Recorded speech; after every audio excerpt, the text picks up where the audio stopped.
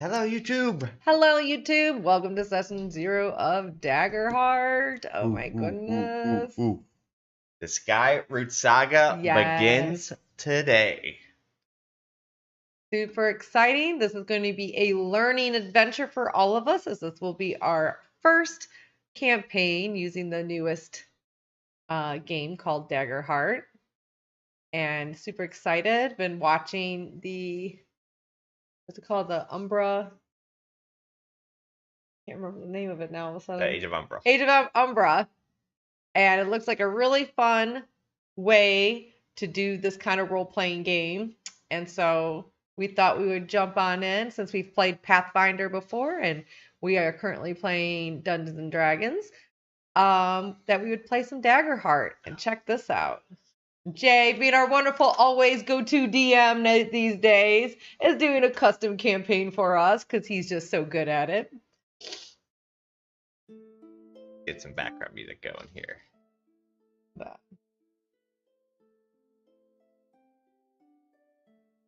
All right, let me jump in Discord. What is up, friends? Oh, hello. Are you ready for session 0 of the Skyroot Saga? I'm super excited. I'm ready. I'm ready for Skyship Yes. Yeah. High fantasy. I'm excited to learn. Are they skyships or airships here? What's the difference? We should call them skyships. It's called the Skyroot Saga. I don't know. It can be whatever we want. It's I think freaking skyships fantasy. are cooler. Skyships like, sound I cooler. have names for all of them. Or at least a lot of the names of them. So let's see. What makes the most sense? I think skyships is... It must be skyships is because, like, I have sky skiffs. Yeah, I literally call them skyships in my writing. So they're skyships. Yeah, skyship classification. Perfect. I love it. I think it fits the whole title, too. Airships it is. Yeah, airships it is. I absolutely love the concept of your character, Marshall. If that's what you're going with. If that's what you're going with. Yeah. It's so unique. Yeah, I was pondering ideas, but I kind of kept coming back to druids. I don't ever play druids, and the idea of a robot druid who is metal and that shows and unable to like feel the plants and like really experience them. Yeah, it's really cool too because, like, you know, I mean, you look back at D&D as far as... Can we make your bird our pirate parrot? Or what kind of bird is it? Yeah. It's a cockatoo. He's a conure. His name's Chewie. Yeah. But you take druids, you know, as far as D&D, you know, last session or last edition, they can't even use metal, so it'd be cool, the idea of like just all metal. Right. And then, like, when you transform, I thought about that. you're almost like a transformer. Like, you just transform into the beast. I thought about that too. I was thinking, like, do I want him to transform like a transformer? And I think I like the idea of like more seams opening up on the armor and shifting that way. Okay. Oh, that'd be cool. Goodness. But would yeah, he, I don't know. would his animal be metal, or would it be an actual animal? Okay. Yeah, no, it'll all be metal. All right, I'm. Yeah, there would be a dichotomy between druids denying metal because they feel it's opposed to nature or away from their roots, and me being unable to deal with that just because I'm metal. Like, well, what am I gonna do? Be mad at myself? Right. So. Yeah, a lot of cool potential there. For sure. Discord voices are on, right? I always have to double check with you though. Oh, good call. Some things he does, he has it shut off on the stream. Yeah, they're on mine sound, so yeah, they can hear it. Okay. I believe so. Say something one more time. Testing, 1, 2, 3. We're good. Okay. Yeah. Testing. So we don't have half conversations for everybody. That's always the best when you're like 20 minutes, 30 minutes into your thing. It's like, oh, I've been able to hear Discord the entire time. Like, awkward. So, let's get started. So first off, we'll just go with a brief thing about the world, myth, and everything like that. So we will start with 2,000 years ago, the world was whole. Great civilizations thrived beneath a sky unbroken, but a war of unimaginable scale sundered reality, shattering the land into thousands of floating islands drifting through the endless sky. What remains of the world is fractured. Most of humanity clings to life atop of our last great landmass, now a vertical megacity known as Thal Avin. Once a bastion of survival, Thal Avin has grown ever skyward, building upon itself until the towers are now over 1,000 stories tall. The higher you live, the richer your life. The lower you sink, the closer you are to crumbling edge of the world.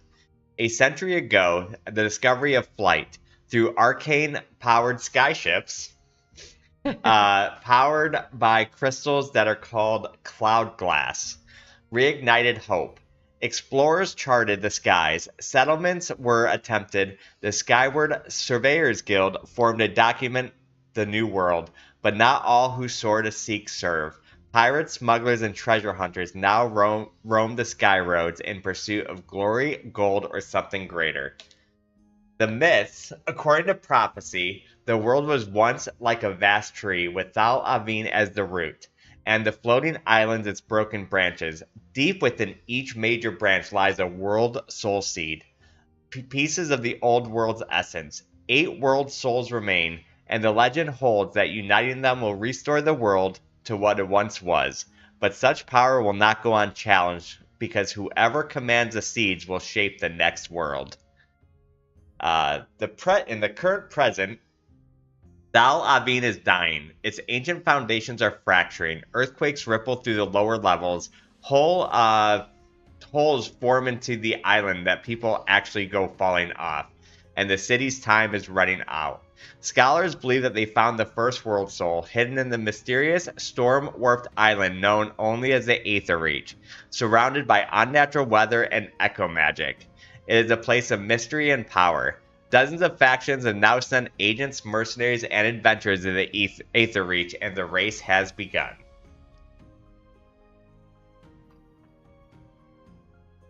Okay. Very cool. So it's That kind gives of me- like one piece, but there's a lot of pieces. I'm assuming that's kind of how we're starting up. So we're In terms of like that's going to be like our first like mission. Yeah, sort of so thing. we are starting off as we already picked a contract and we're going. I'm going to read like each faction we can be working for, and as a party, you guys are going to choose what faction you're starting off with. You can change it later. But so like we're not going to start in the town and do that stuff. We're going to start as we're approaching Aether Reach, as you've accepted a contract. Right. Okay. So So, just to go into a quick few general Sure. concepts that I have for the character that might roll into this. Okay, so I'm going with a Dracona wizard. okay. And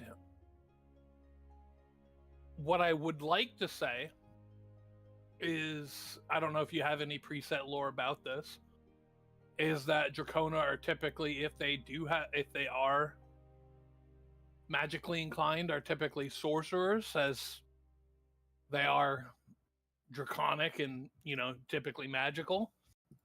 So him being a wizard is a little bit odd that he had to study to get his magic. Oh. Okay. Okay. And that being said, I want him to basically, though he is Dracona, he didn't grow up with other Dracona, because essentially, like, oh, ew, you had to study to get your magic? What's wrong with you?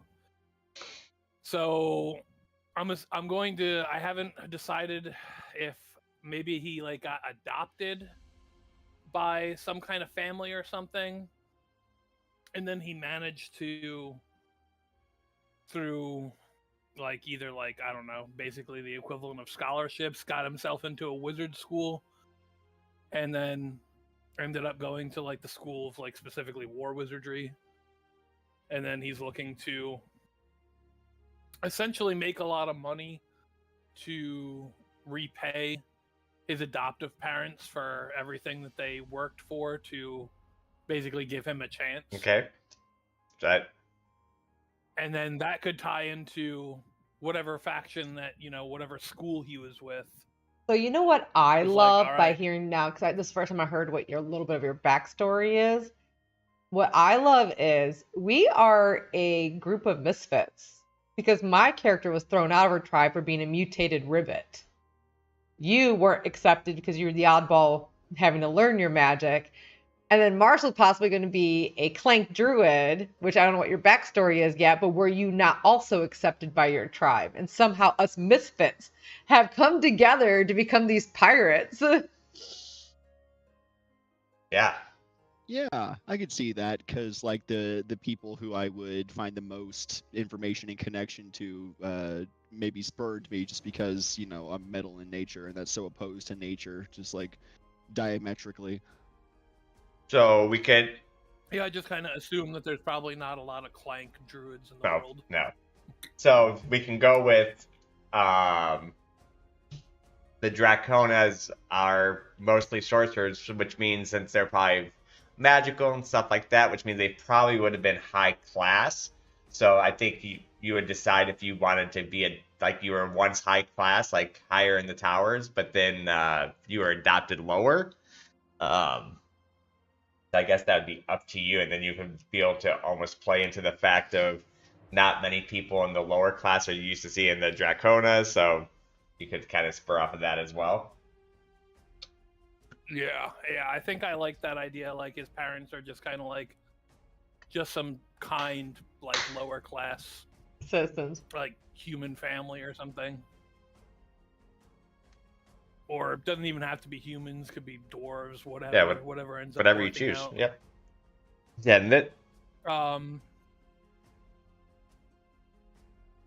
and then so like maybe he's like he was with his original people enough to like he knows his last name. Yeah, so he just was the oddball, right? holds- Like he's got kind of. Yeah, he still holds the last name of his original Dracona family, basically to spite them. Makes I love sense. it. I love it.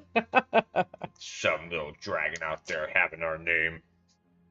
Because like for them being upper class too, the surname probably carries a lot of weight and a lot of pride. So that would be probably a kick in the face to them, knowing that.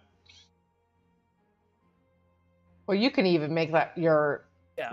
I don't know, like your real Dracona parents were like great in magic, so they like to even spite them more, you kept the name because they were like, oh, you ruined our reputation type thing. Yeah, I kind of like where this is shaping up to be. Right. Black sheep of the family. So The only thing I haven't solidified is a name. I'm like jumbling a few ideas together. I like it. Have you thought about like Tropicus? Chronicus? No. No, I have. Oh, Tromicus. Never mind. I thought about it. I was like, it's a solid name.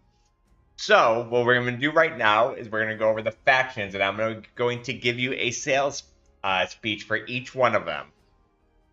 So you can choose as a group of what faction sounds like the one you would have started for. Like I said, this is not a locked-in process.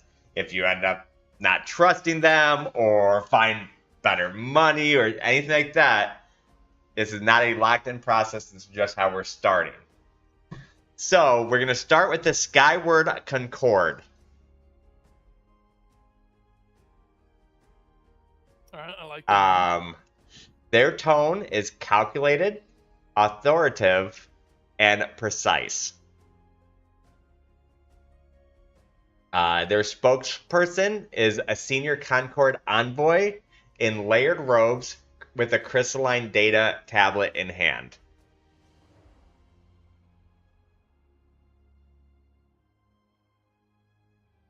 So they approach you guys and they say, "You've proven yourself capable. Let's not waste that potential on sentiment and superstition. The world soul seed is not a treasure. It's a ticking arcane hazard. We will contain it, stabilize it, and prevent a global fracture. Help us, and you won't just be protecting Thal Avin. You'll be ensuring that the sky doesn't fall. You will be granted elevation clearance, ship access, and concordal status. Think of your families, your future. The order needs anchors, not chaos. Okay. They're really tugging on the heartstrings of my character with that last bit. The order needs anchors, not chaos. I love the whole anchors thing. Fitting. Not just guilt tripping them about the family. Right. So I don't know if you guys like read the faction thing. Like I don't know if you want me to read the faction thing first before I go over each sales speech, or if you just continue with the sales speech, because I do have each faction in the Discord. I didn't have a chance to read through everything. Wow, didn't even do your homework. I'm okay, sorry. cool, I was reading the Daggerheart rules to help you with that. Cool. Oh, you didn't read all that? Oh, bad. I read some Marshall's of it. like, well, we can reread it for you, Sassy. Yes, for Yeah. Sassy. For the viewers. Yeah. The viewers. Yeah, for Yeah, well, Sassy. we'll do it for Sassy. You're welcome, guys.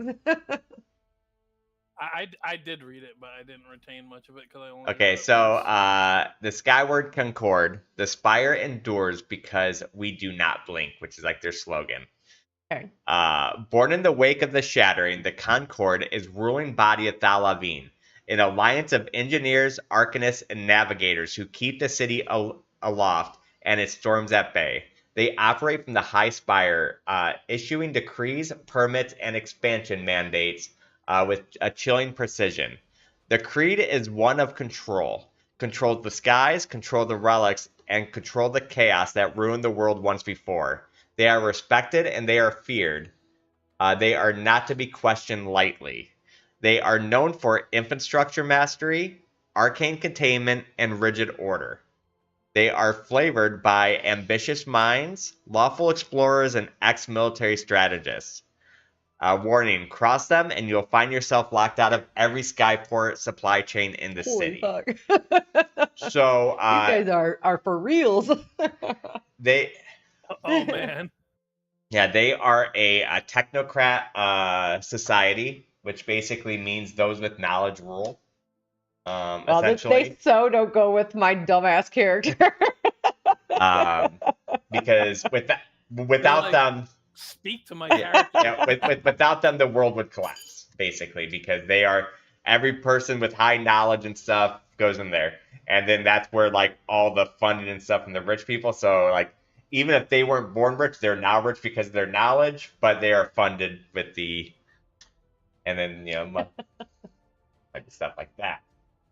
Bruno scratches her head. What do they do?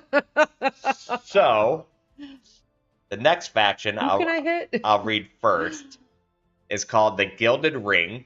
Gilded Ring? Gilded Ring. Their saying is, fortune favors the connected.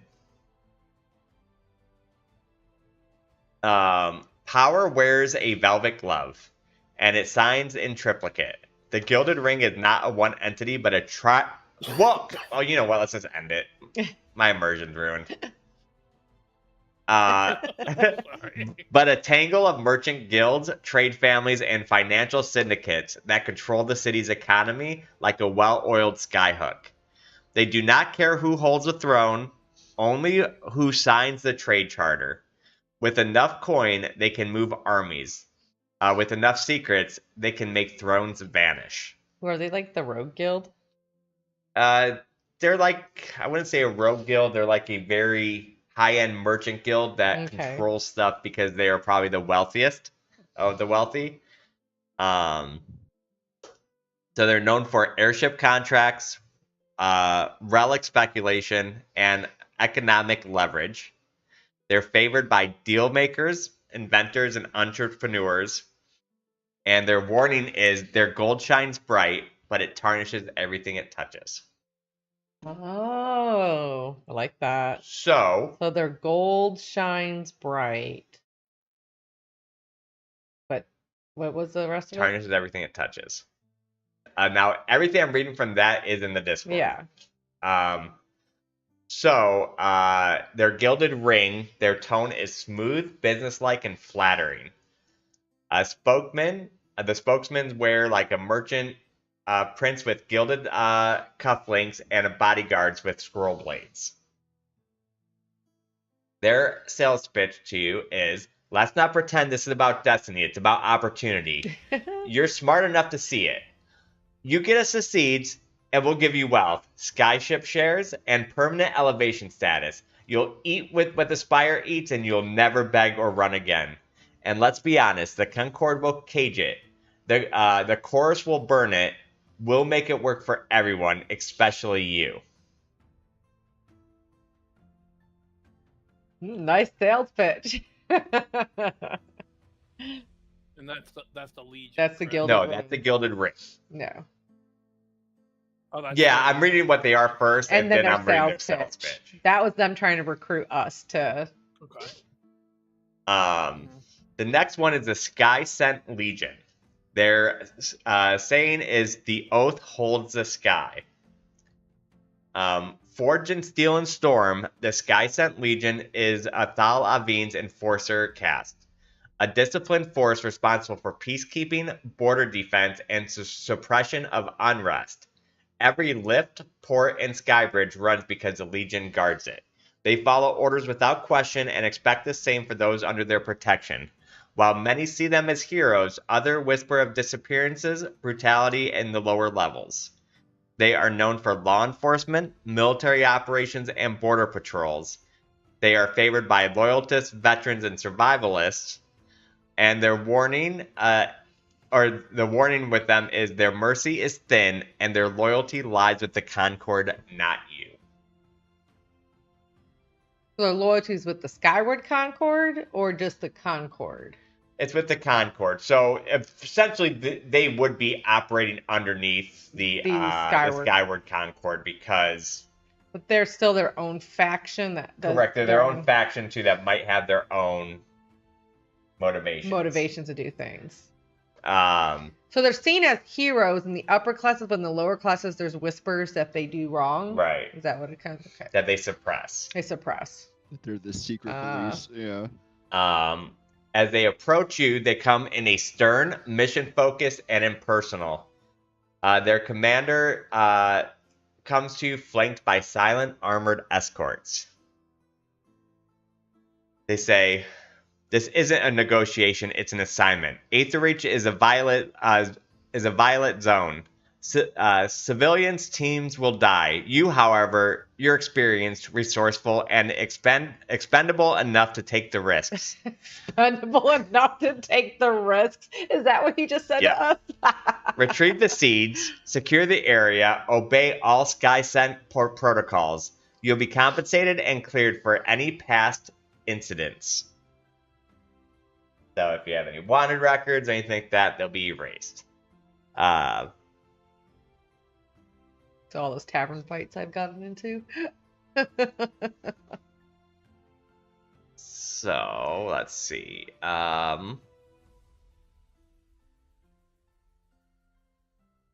did I put my mission sheet? Okay. So the next one would be the Skyward Surveyors Guild. Oh, there's more. Yeah. Oh. Oh yeah, there's a few more. Hold on. Let me turn my paper. Yeah, there's 4 more. So the Skyward Surveyors Guild. Surveyors. Okay. Their saying is, to chart the unknown is to reshape the world. While others fight for over what remains, the surveyors seek what was lost. Explorers, lore masters, and arcane cartographers. The guild dedicates itself to mapping the floating islands and deciphering the Shatter World's secrets. They move with purpose and wonder, often underfunded and overextended, yet their discoveries have shaped the entire eras. Those who crave truth and legacy often find a home in their ranks. They are known for mapping uncharted islands, relic deciphering, and glyph lore. They are favored by scholars, explorers, and idealists. and their warning is they may not survive the politics that their discoveries ignite. They approach you in a passionate, scholarly, and idealistic way, and the lore keeper, wind tousled and ink stained, clutching an old chart. The world fractured, but the truth remains, buried beneath storms and stone. This seed could unlock the origins of the shattering. We believe it's tied to the first glyphs of the world tree, and we want to preserve it, not exploit it. You'll have the first right to discovery, your name's etched in the Codex of Scholars, and if you seek to understand, not just survive, then ride with us.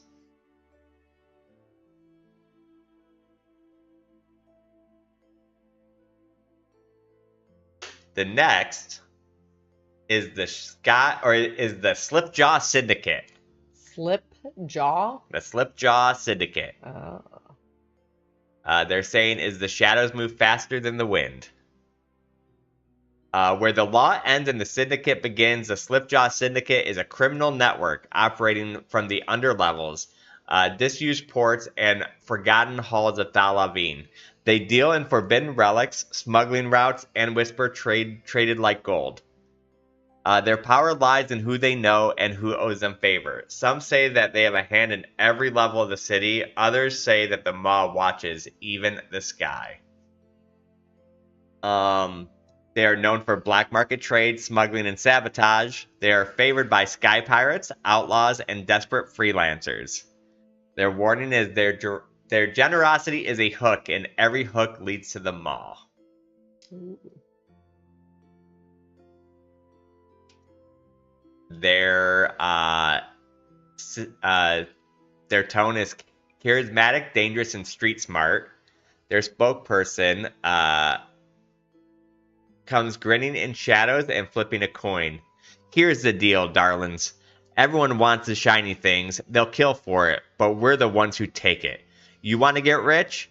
Want to see what's inside the Gilded Ring's vaults without selling your soul? Work with us. You get your cut, and no one tells you what to do. Besides, the Concord, the Legion, they'll chew you up and hang you for treason the moment they're done. We don't betray our own. Now, or not while they're useful, at least.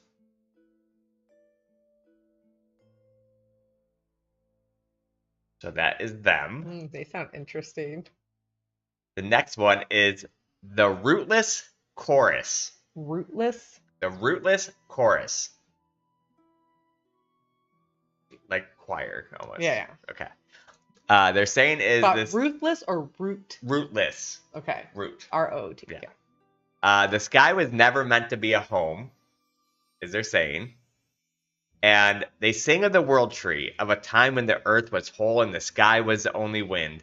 The chorus believes that the floating world is a lie, a wound to be healed, not a victory to be preserved. To the poor, they offer hope. To the spire, they're dangerous fanatics. Their dreams are strange, prophetic, and their blades are real. Their faith may move mountains. They are known for healing, revolution, and sacred prophecies. They are favored by outcasts, mystics, and believers. And their warning is they may love the world more than they love you. They are soft-spoken, emotional, and prophetic. Their spokesperson is a young dreamwalker who speaks with music in their voice. You feel it too, don't you? The wound in the world, the echo of what was whole. The seed isn't a prize, it's a promise, a chance to remember what we lost, and to make it something new. Help us protect it from the ones who would chain it, twist it. You're not like them. You're listening to the earth beneath the sky. And there's one more. They are called the Vaulted Eye. The vaulted or? The Vaulted. Vault. V-A-U-L-T-E-D. The vaulted what? Lie? Eye. Eye. Like eyeball. Yeah. Some truths are meant to be buried. Others are meant to be guided.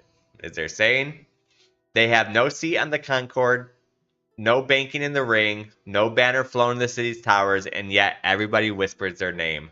The Vaulted Eye sees all. They say it watches the watcher. It removes threats before they grow teeth. Whether they serve the city's survival or its doom is only known to themselves.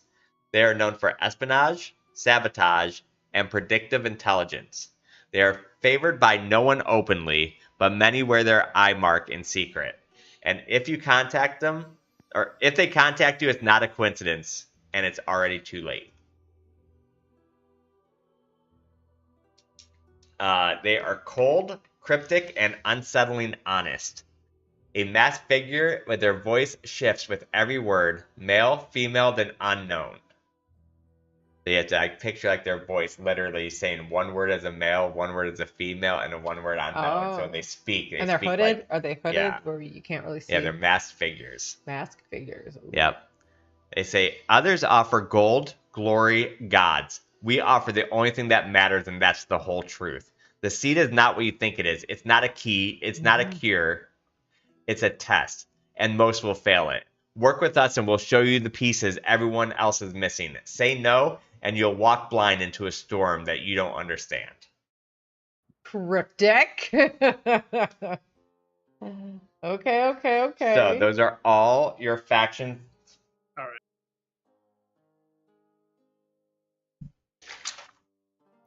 Don't stop on my. No, those are all your factions. These So are now all it's on you guys to factions, yeah. discuss and save my voice.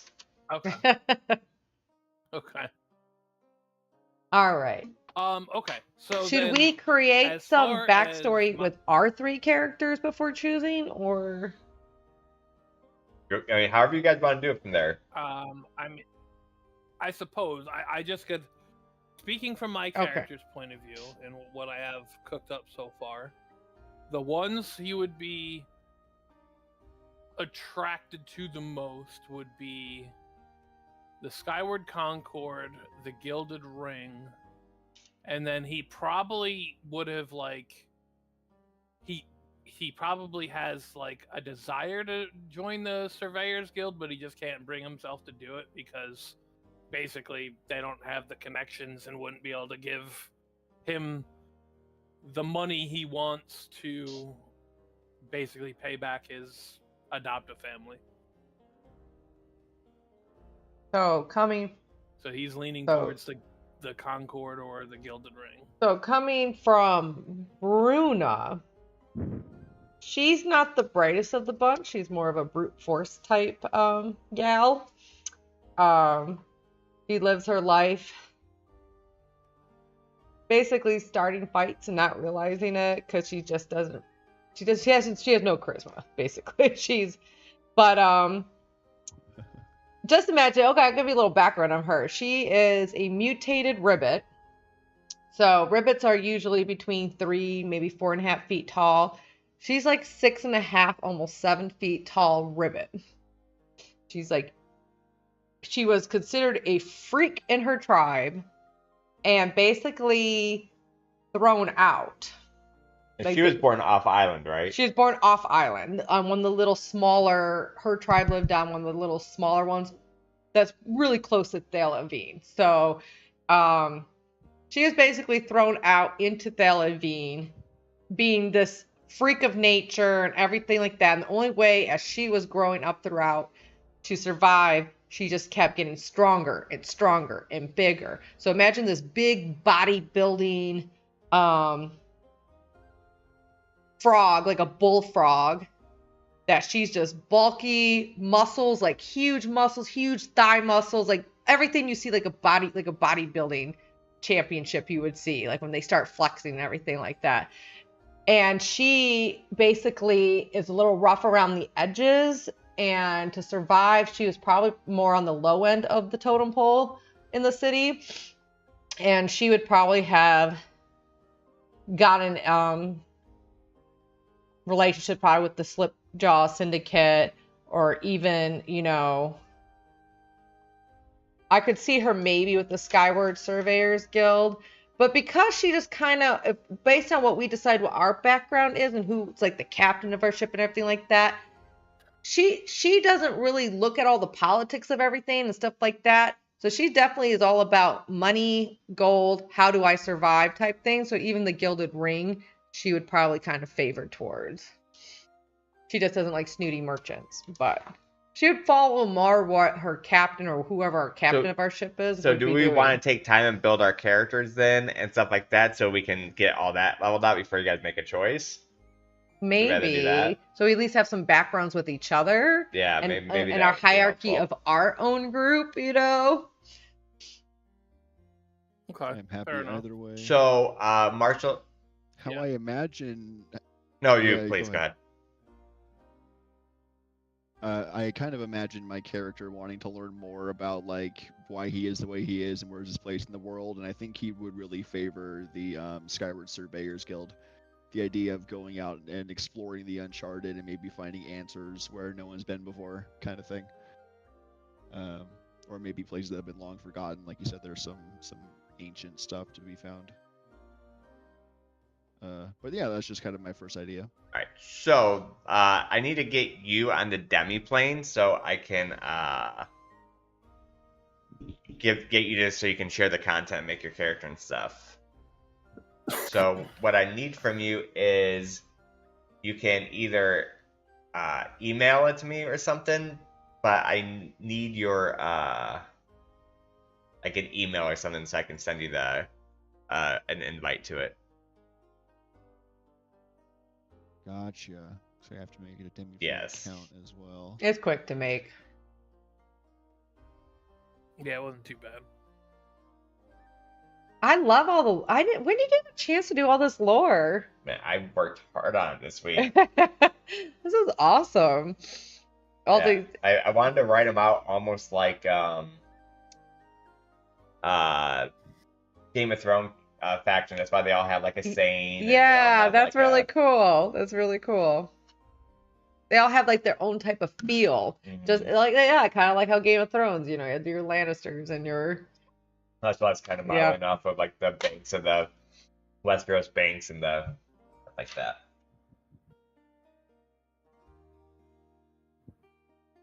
Yeah, I definitely wouldn't resonate with the Sky Master Scent Legion at all. Whisperers and- Even though I'm like an enforcer type character, more on the criminal edge, I think. But she has morals though, so. But she doesn't mind making a Alright, gold guys, or so. maybe you guys can help me come up with a decision here. All right, so the last name I have, I'm pretty sure I'm going the last name of Stormwind? and then Wing. Stormwing, okay. But the first name, I am between three: Draxus, Torvik, or Torvin. I like Draxus. I like Draxus. Draxus Stormwinds. Or 2 Stormwing. votes for Draxus. Sounds pretty good. I would go with Stormwind, but then there'd be too many Wow. references to Wow. another character in there's WoW and then also Tiberius Stormwind. Oh yeah. Yeah. And I'm already a Dracona. Draxus Stormwing. I like how that Well, sounds. You'll make it about 28 episodes. I can see it now, King. Yep. I'm gonna start making inappropriate advances Yep. with Sassy, and then and then I don't know, some other things, whatever else happened with him. Hopefully, I don't get the cancer part. Yeah, that would. suck. Yeah, Draxus, Bruna, Draxus, and So, do you have access to Demiplay now, Marshall? Like, when you go to characters, can you create characters and it has them all unlocked and everything? Because I should be sharing all my content with you. Let me take a look.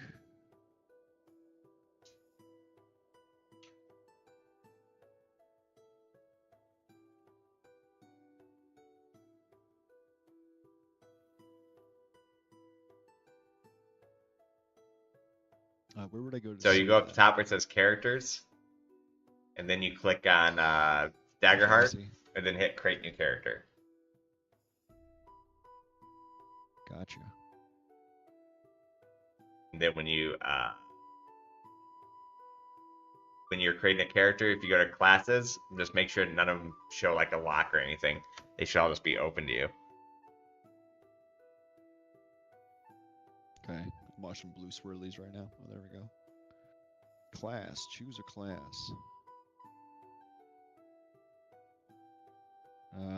Yeah, they look Okay. clickable. Let me see. Let me find Druid. I'm gonna click it.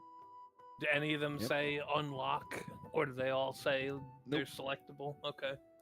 Yeah, no, it all appears to be selectable. So, are the Seraphs more of a paladin or more of a I cleric? think they're more of both. Like I think. Yeah, you depending on what you pick, you could be either way.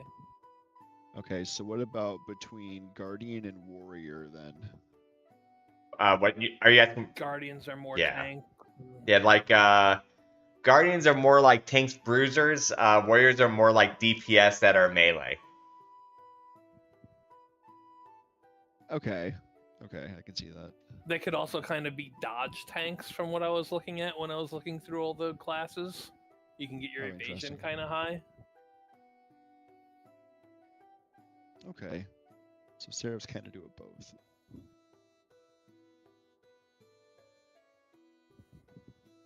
But yeah, the best image I could give you for Seraphs from what I got for a feel from them when I was going through it all, is they're basically like a battle cleric, where they're mixing it up, like smashing stuff, but also like throwing heals and doing. Yeah, other from stuff. what I've seen, I don't think anything can. It doesn't feel like it'd be really hard to build a pure healer. So I feel like they tried making healing a little bit more entertaining. Yeah. Okay. Yeah, the Seraph wing, picture the looks winged. like Joe Manganiello. Yeah, Yeah, see, I said you know, that and too. I didn't see it at first. I thought it looked more like Lannister, but when I'm seeing it from the Explorer class, like from far, I can definitely see what you're talking about. What is it? If you hit class and you look at the Seraph, I can see Jamie Lannister. it looks like too. that Joe Manganiello or whatever, the Seraph. Yeah. Oh, yeah. Does have that kind of look. Yeah, I especially really like the Winged Sentinel subclass because you just have wings of light, which is just fucking cool.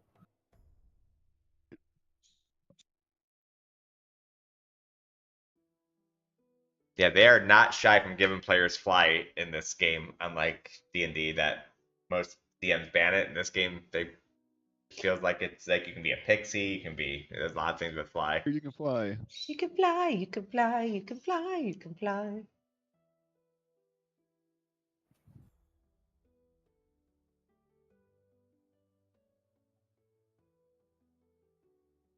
I'm going with the Stalwart Guardian. So do we want to build the characters one at a time so we can go over them each individually and everyone kind of understands what they are? Yeah, that's fine. Okay. So I think technically, Marshall, you're the only one who hasn't made their character at all, so let's start with you. All right. I'm clicking on character. All right. sheet. So don't click character sheet. You're just building it from here. So like, do you want to late, show we're already logged in, the baby. character building? huh? Do you want to show the character building? Sure. So you have to hit select class when you select the one you do.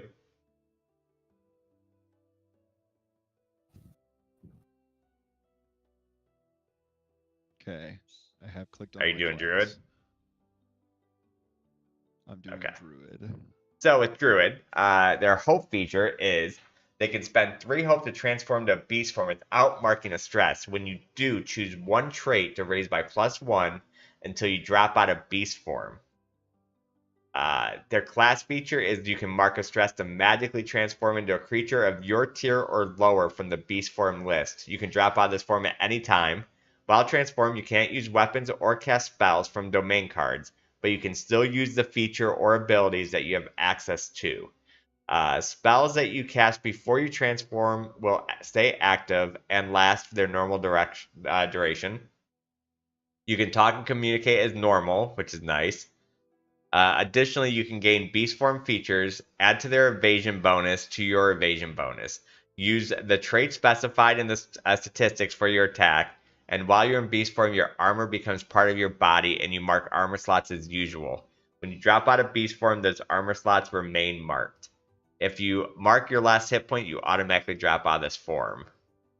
They also have Wild Touch, which you can perform harmless, subtle effects that involve nature, such as casting a flower to grow rapidly, summon a slight gust of wind, or starting a campfire at will. I'm so excited to see what kind of flavor you put to that being a clank. What kind of flowers does Marshall grow here?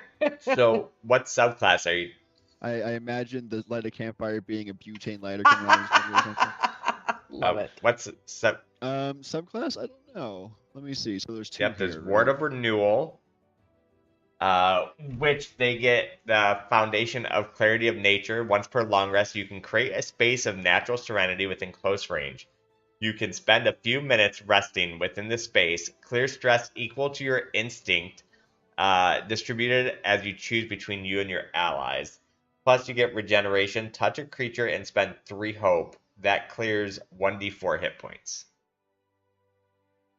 Or you have the elements, which you can mark a stress to channel one of the following elements until you take a severe damage or until your next rest. So you can channel fire, which when an adversary does melee damage to you, you strike back with 1d10 magic damage. Earth, you can gain a bonus to your damage thresholds equal to your proficiency. Water, when you deal damage to an adversary within melee range, all other adversaries within very close range must mark a stress. Or air, you can hover, gain advantage on agility rolls. And I can select those at will. The one down there? I think Yeah, as long as you mark a stress. And I think you have 6 stress. Okay. We all have, what, 6 stress? Yeah. But once... Afterwards, you start losing hit Yes. points, right? But there's stuff to relieve stress and everything, Okay. like short rest. There's I think your stamina potion relieves stress, and you can make like stamina potions and stuff like that. And so, Yeah, and that kit seems built to kind of do that as well, to make a little rest area But so you can take a that's the first kit, the Warden of Renewal. Those are 2 different subclasses. 2 different. Yeah. Right. So it seems like the Warden. Oh, I see. Warden of the Elements Yeah. for the second half. Yeah, that's there. different. Warden of Renewal seems seems like a support, Like right? support healer, and Elements feels more like the DPS. Right. Okay. Well, I definitely imagine them more passive. Like, I don't imagine them taking these druid powers and being like, time to go manipulate nature and destroy things. I think they would probably be more in tune with the soothing nature of aspect of being a druid. So you think Warden of Renewal? So I'm probably going to go with that. Yeah, I think Warden of Renewal. I'm not sure what combat's going to look like for him, like what kind of offensive capabilities. Remember, you have your beast forms, so yeah. There's a huge tier list and list of I'm beasts. not entirely sure how those work here as well. So you pretty much just mark a stress, and you can switch to a form. We'll go over those 2, like which forms you have to choose from. There's quite a bit of them, actually. Mm-hmm. Oh, so I'm not really missing out on the ability to do damage. I can just choose between being more of a support or swap it into an animal and then go be correct. Okay. Yeah, you could still switch to forms. I would say like the other one would probably be more like fully geared towards forms, like the elemental, because you can like use those elementals while in form. But you can definitely still go to beast form and everything. And you actually get a perk later on. That while you're in beast form, you become almost like a majestic being that I think you can choose like somebody to heal or mark a slot. You get a benefit for being in form that will like heal or support others. Okay. Cool. Yeah, that sounds awesome. So now we choose your traits. The suggested traits are 2 instinct, 1 finesse, 1 agility, 0 strength, 0 knowledge, and -1 presence, but you can do whatever you want with them. Instinct is your spellcasting trait. Okay.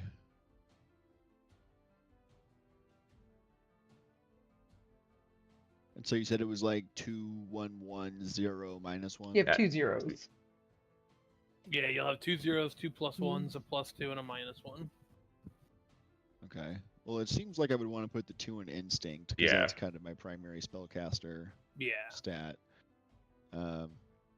Agility, I assume, is the domain of whatever finesse weapons are in this. Acrobatics, ability to be nimble and dodge and stuff like that. There are both agility and finesse weapons if you're concerned about weapons.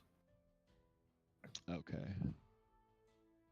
Strength's pretty self-explanatory. Finesse. So yeah, what's the difference there between agility and finesse? So, Actually, I think if I mouse over, I can read it.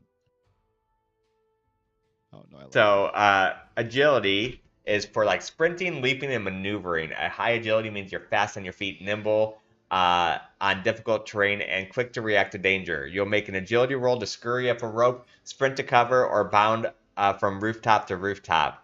Finesse is control, hide, and tinkering. A high finesse means you're skilled at tasks that require accuracy, stealth, and utmost control. You'll make finesse rolls to use fine tools, escape notice, or strike with precision. Okay, understood. Presence is charisma. Yes. Basically, yeah. I think Yep. it's Okay. strong force of personality, whether it be So then what- intimidating or captivating. Okay.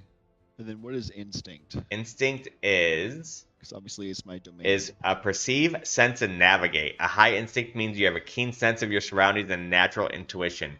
You'll mark an instinct roll to sense danger, notice a detail in the world around you, or track a elusive foe. Okay, so it's wisdom here. Essentially.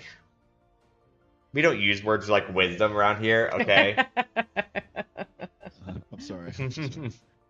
Yeah, so it seems like I would want 2 in instinct, 1 in knowledge, because I feel like that's just going to kind of be who he is. He's trying to figure things out and learns a lot along the way.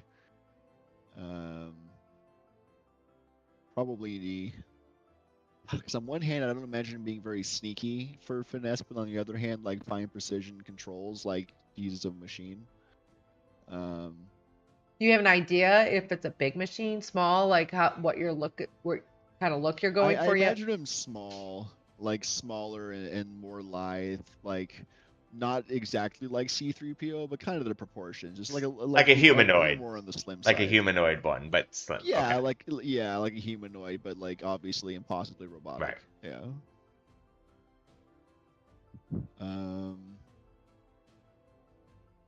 I don't think presence is too important for him, so I'd probably be a 0. So we'll go 2 instinct, 1 knowledge, 1 finesse,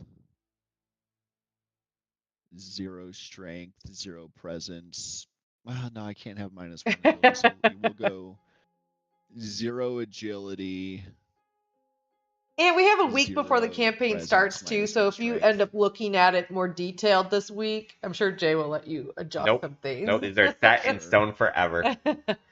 Locked Yeah. in. So for choose starting weapon, Yeah. you can choose 2 of them. So you can choose like a two different two-hander ones, or however you want, or you can do like a main hand and a secondary weapon. Do pretty much whatever you want. There is no proficiencies or anything, and you do have spell casting, so you can use anything that's magical damage as well. Okay, so am I looking at a compendium? When you hit choose starting weapons, it should give you like a list of them.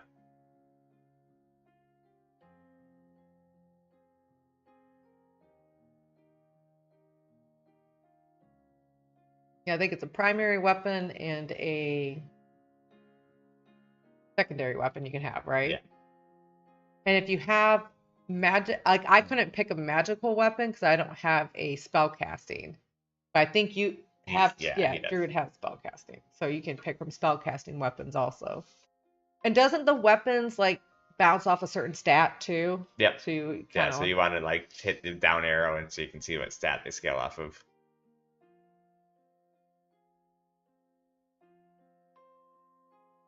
Should I be going through the character creation where it says begin here under getting started? Oh, yeah. Yeah, getting Well, started. Okay. Yeah. I can. figure That's that where out. you get your name and stuff. If you're Oh, not what's their familiar, name? yeah. You can skip the name part for now. You can hit class. and then Okay. hit choose subclass, or hit class, hit select class on the right after you select the class, and then choose your subclass and everything. Right, just did subclass. Yeah, burden of renewal. Select. Set your traits. We're gonna go +2 instinct. +1. Was it You had finesse and agility. No, I thought he put Agility. +1 knowledge.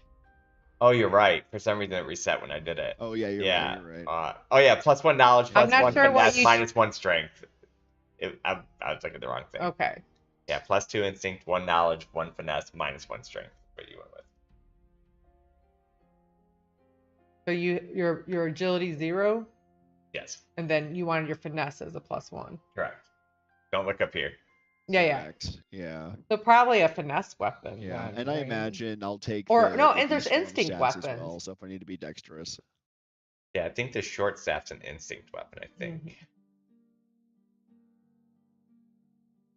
Mhm. Okay. So Yeah, starting short staff is weapons. Oh, look at that. instinct. So if you wanted something like that, Can you pass the book to me? Is there a way for me to sort these by Our lovely class? Or Daggerheart there is book. not. But I Upside can down. send you Daggerheart a book. thing that makes it a little bit easier in the rule book. No, when I type in instinct, it lowers down the Oh. list to dual staff, hand Oh, runes, quarter perfect. staff, and short staff. So I'm wrong. There is a way. What are hand runes? D10 magic, one-handed, very close, primary weapon. Okay, that could be fun. So and now when it says like D10 magic, Stuff. that means it's your proficiency D10 of magic. So when you have 1, it's going to be a 1d10. When you have 2 proficiency, it'll be a 2d10. Okay.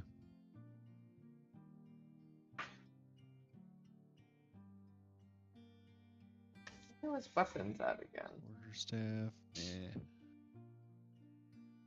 Other staff. Yeah, I'm probably gonna go with hand runes. That's kind of cool. Okay. So, you said 2 one-handers or 2. So you can do there's a primary weapon, there's a secondary weapon. So you can use that you just picked to be your primary weapon. So now you can look at the secondary weapons. Like there's hand crossbows, which goes off with finesse. There is there's shields. There is a whip grappler. that goes up. And then another thing that I like to consider is I like to have 1 magical weapon and 1 physical weapon in case I need to deal but then I don't think you could probably go into like your animal forms to hit with for physical damage, so I don't know. Right. And there's like a grappler, so it's like finesse that you can try to grapple with. Pull 'em, yeah.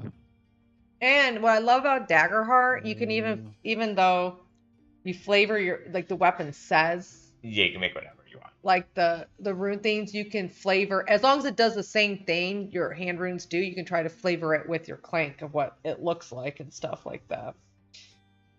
Right. It doesn't I have like to the be idea of runes. a hand crossbow, just like. Yeah, I like the idea of a hand crossbow like popping out of his arm, or like almost being druidically formed out of the metal, like magically reshaped, and then shooting that Yeah. way. Yeah. Or I mean, you could even technically make it like a gun that's like on his arm.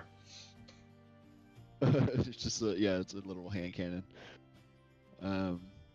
Yeah, I think a crossbow would serve a couple purposes. It would be physical. It would be ranged. Okay. Let's go with that one. So let me select that one. You shoot lasers from your Southern eyes. armor. Wow. So you can select your armor. So There's 4. Yeah. medium or like leather armor is just like your basic armor. No real advantages, no real disadvantages. Gambeson is lower thresholds, but same base score, but you do get 1 extra evasion. Plate armor, you get really high thresholds, a higher base score, but you get -2 to your evasion and -1 to your agility. So you end up like Sassy with 6 evasion, who's gonna get hit by everything. Remember, I'm clunky, big. I don't move fast, but I can take a hit. And she will smoke her cigar and drink her mead.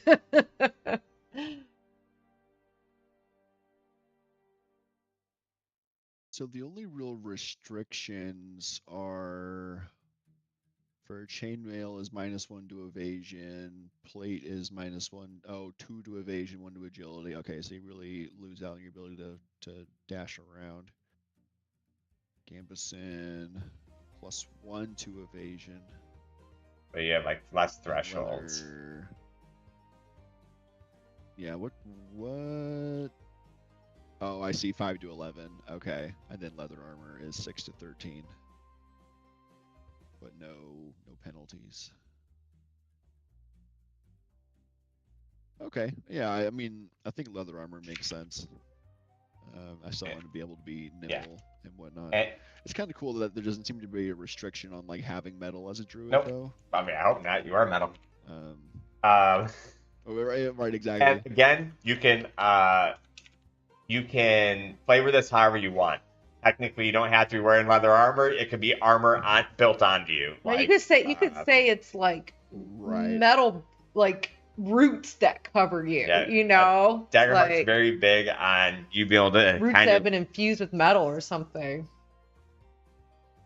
And so I was imagining plants growing out of like the gaps in my metal, like a flower here, a vine. I love here, it. Yeah, a root there, kind of thing. Yeah. I mean, in theory, your armor could even literally be like when something attacks you, one of those plants grow out and stop the hit. I mean, so like you can literally flavor it however you want. That could be fun. Yeah. Daggerheart's all about like that. flavor. Like you don't change the stats, but they really want you to totally embrace your character, embrace the world, and be able to do all this stuff without having restrictions. You're just following a set thing of numbers, thresholds, whatever, but you can flavor it however you want. Right. So Okay. Well, I picked leather armor. So your starting inventory, you can pick either a minor health potion or stamina. Health potions for your health, stamina is for stress.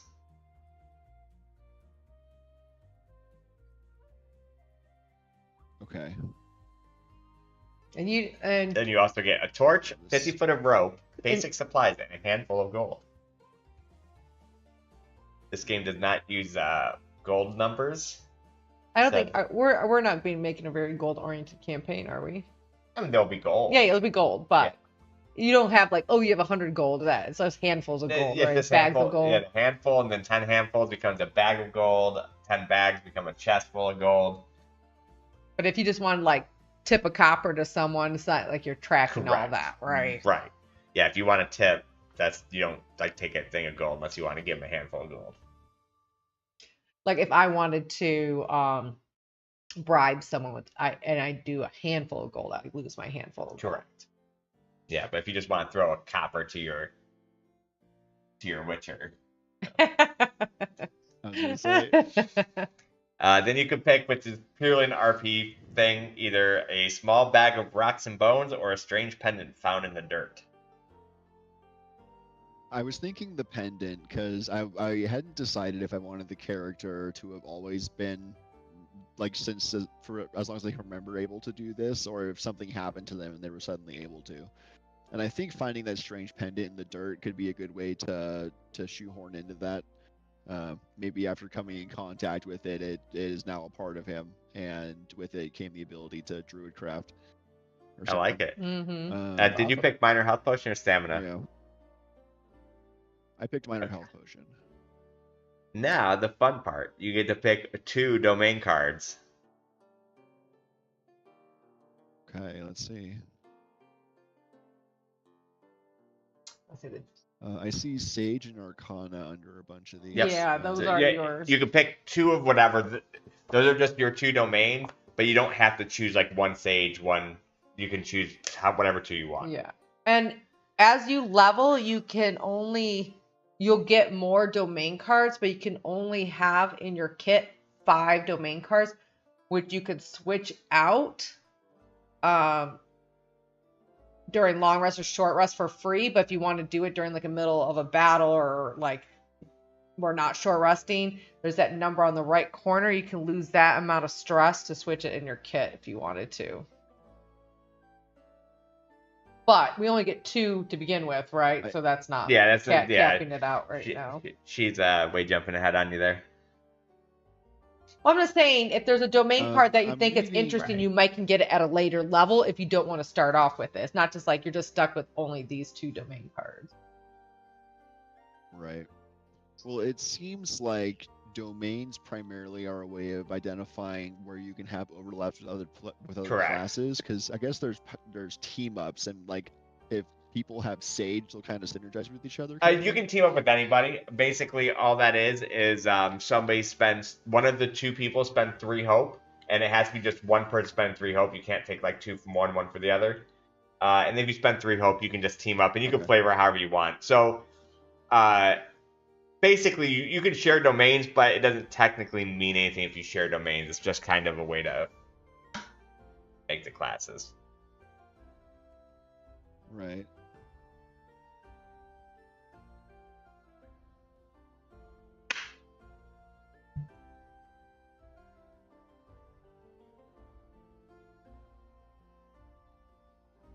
Okay, so there's Tracker.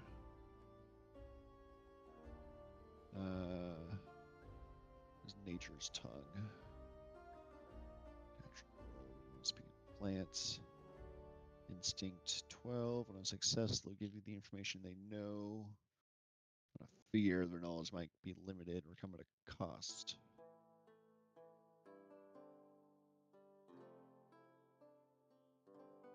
Okay, Nature's Tongue looks pretty druid. Yeah.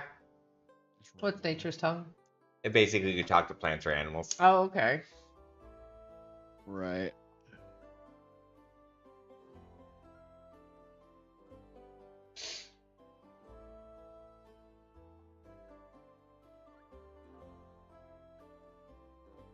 Okay, so you can put a shield on someone. Or yourself, for an ward. To reduce incoming damage. Yeah. Unleash Chaos. And again, you can word that however you want. So you can have it where like they get surrounded by a plant and take reduced damage, or right.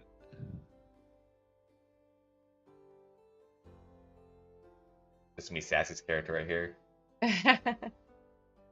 No, it should be a lot bigger than that. I am a blue frog with green stripes, like really light green stripes. This Unleash Chaos is interesting. At the beginning of a session, place a number of tokens equal to your spellcast rate in the card. Make a roll against them within far range. Spend any number of tokens to channel raw energy to do damage to them. So how... It says at the end of the session, clear all unspent tokens. Are you like... Oh, I see. You can mark a stress. So it's kind of superfluous to say, like, put them on and take them off the start and end of the game if you just have them. Yeah. Anyways, I don't think that's really in line with my character, though. That's kind of cool. You can just choose to dump it all in one go. Yep. Vicious Entangle seems pretty druid. Roots and Vines, Restrain. Oh, okay. Kind of neat. Wall Walk. What's nice about some of the cards, like the Wall Walk, you just spend a hope. And as long as you have a hope, you can always be using that card. You don't have like spell slots. Yeah. Your hope is basically like some of them are spellcast rolls. Same with like Vicious Entangle. You can just use that whenever you want. Gotcha.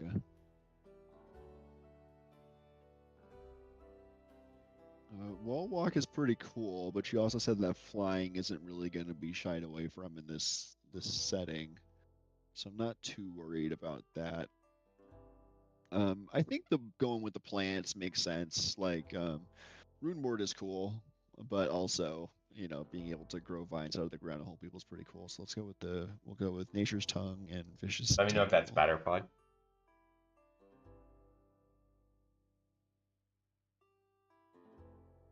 Okay, I have selected.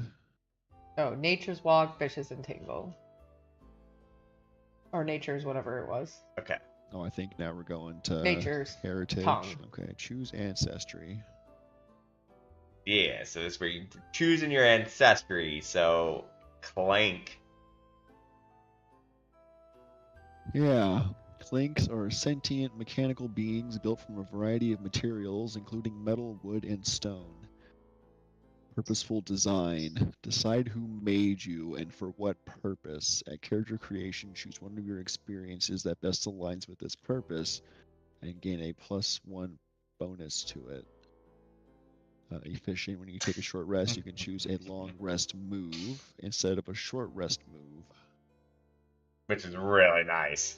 That is like a huge thing Clanks get. Okay. Right. I haven't What's thought about purposeful his design? creation. Like, I imagine it would have just been like. It's okay. The Marshall talk. What was that? No, sorry. I was just reading. Oh, I don't know what I want their origin to be. I don't know how prominent they are in the world. Like, are Clanks everywhere? Like, would you run into Clanks like anyone else on the street? I mean, yeah, Clanks would definitely exist. Are they more of a But novelty, or we can kind of, honestly, the whole point of this game is to be, we're in this together to create a story. So I haven't put much thought in that. In my original thought, like, Clanks in a machine steampunk world, they would definitely exist. But if something fits your story better that they don't exist, we can make them where they barely exist. So I'm definitely open to collaboration. I have nothing planned with them that they're like a major part. So it's up to you. What, like, how you would better be told to tell your story. Yeah, I don't imagine them as being like a 1 in a million or something like that. Like, I imagine them being part of another prominent ancestry in this world. Yeah, so me too. yeah, what I don't know is what Origin looks like. If Origin is like in someone's basement tinkering, or if Origin is like there's an assembly line and people are clocking in 9 to 5 to make automatons, or like I don't know anything like that. I mean, you can stretch it however you want. Like, you could say your Clank was in the ruins, and somehow an event, like, say, was forever asleep in these ancient ruins that was part of the world soul, and freaking the amulet got dropped on his hand or something and made him come to life. You just or it doesn't have to be somebody like built. Somebody didn't have to just build you. You can have some mystery behind it if you don't want to exactly. I was built in a factory type thing. Or like there could be, especially in a world with like this much wealth and stuff like that, they could be on an assembly line as things, and there could be like worker ones, and then there could be AI entient ones, and then like some AIs might learn better than the others, or you could have been thrown out as part of the old model, and when you're thrown out, something brought you alive, or it could be anything along those lines. I was thinking that almost exactly, like, because you talked about there being like strata of society, with higher class being higher up on the spire and the lower class being further down in the nitty gritty and stuff. Yeah, the idea of a bot that for some reason, maybe they made too many mistakes, maybe they heard something they shouldn't, they decided like, nah, time to scrap the bot, and they got sent down to the down below. Yeah. I was thinking like the down below could have like all the malfunctioning ones, so that they all act really stupid down there. Yeah. But so the next part is to choose a community, which is basically like where you came from, or something more about it. It's like Highborn, Loreborn, Orderborn, Ridgeborn, Seaborn, Slyborn, Underborn, Wanderborn, or Wildborn. So like from what you're saying, I would assume if you were thrown down the bottom, you'd probably be more in the Underborn category. which is being part of the Underborn means you're from the subterranean society. Well, maybe not. Maybe not that. Maybe Slyborn's a poor society. Well, that's manners are. Outside the law. That's like, it's kind of like thieves' can't. Yeah. In a way, but.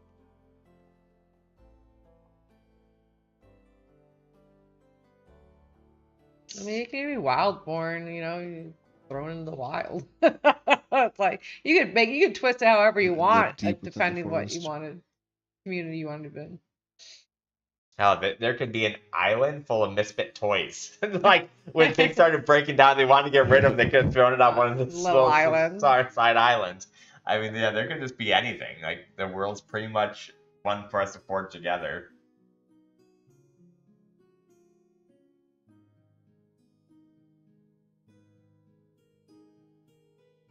I'm surprised I see a highborn. I don't see a poorborn.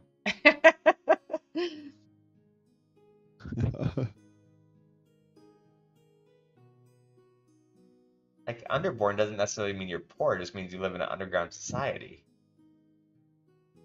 Maybe we're not poor. Oh, you live in underground. I mean, what underground could be? I mean, look at dwarves who live in mountains. Just because you're like underground doesn't mean you're poor.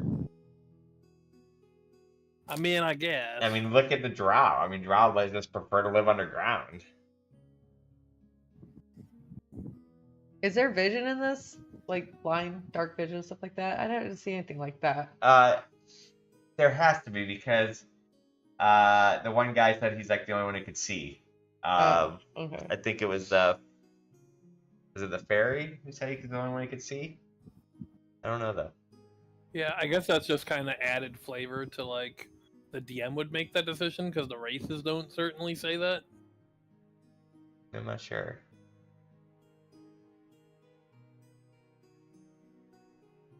Let's see. So he is a fairy in that one. Fairies. Find a session. Then 3 how to roll. Yeah, it does not say anything about seeing in the dark. So yeah, I don't know.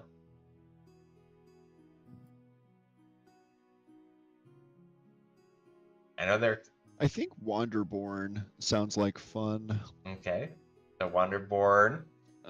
Because like, yeah, not really having home. Like, I don't imagine nomadic being like out in the plains, moving from place to place. It could just mean like not really having a 100%.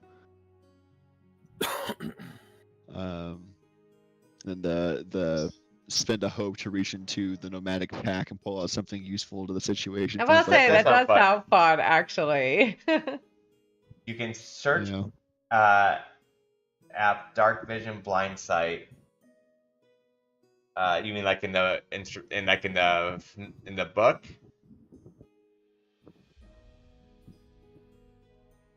Let's see.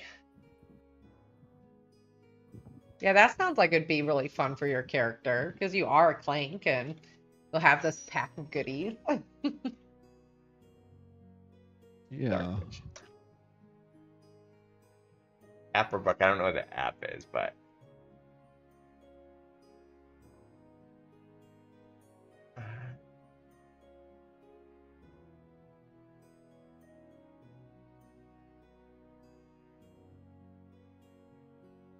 I don't see anything about dark vision.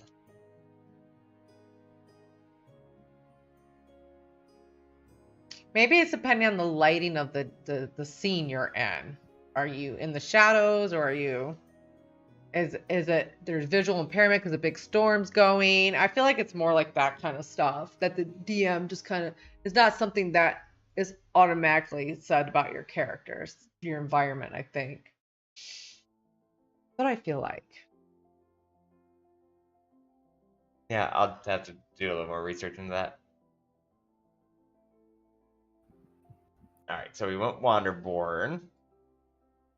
Alright, so now we get to fill out your things, like choose your description. If you don't have that quite yet, you can skip. But we do need to answer background questions, choose your experience, and create connections. Which, since you guys already kind of built your character, we're going to go over like how you're building it. But this is the part we're going to have to dive into. You guys, yeah, I have not done any of my experiences or that. I was kind of confused about experiences, honestly. I mean, you actually really don't have to use a background experience either. So, choosing your experiences, Basically, you can say whatever you kind of want, but it has to be fairly specific.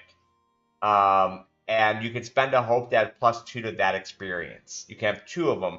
The one thing I would recommend for this campaign is for you guys, for the 3 of you, to choose who's going to be the navigator, who's going to be the captain/pilot, and who's going to be like, something else. And I would choose that as one of your experiences, so it would help you in flying your ship. Okay. Okay. What stats are tied to flying a ship? I mean, the piloting? Yeah, is that going to be like I would- instinct, presence, I knowledge? would probably finesse? say instinct, right? Like when flying a ship? Yeah. Or it I could mean, be- I suppose it could be flavored as I was Or about to say, knowledge. it could be Or the knowledge, knowledge. too. You can do, yeah.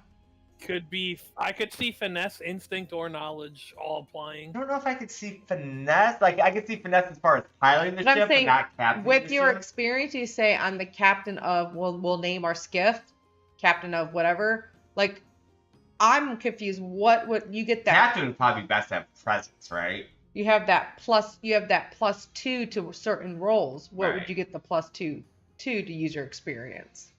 Mm-hmm. If I said I was the Yeah. captain of ship. I don't.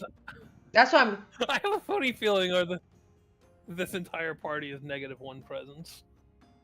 I don't think Mark. No, I have -1. I'll have -1 knowledge. I'm dumb as bricks.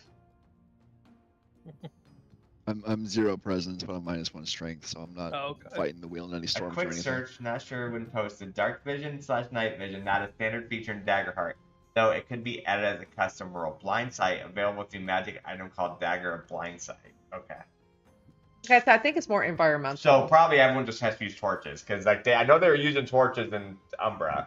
So it looks like nobody has night vision, but you can add it if you really wanted to. Mhm. Okay. But actually, you could probably use that as an experience. Like, you live in the dark, so you get +2 to your roll if you use hope in darkness of seeing stuff. So I guess stuff like that.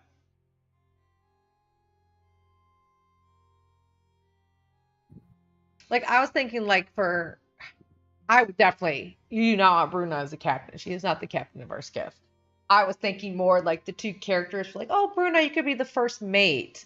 So that she does all the odds and ends type stuff of like, oh, because we don't have deckhands or anything like that. So you just see Bruna mopping the thing. Oh, this is what the first mate does, Make sure our ship is up and running. And so I was going to have her as the first mate have like strength, like anything that's like to be strong, like.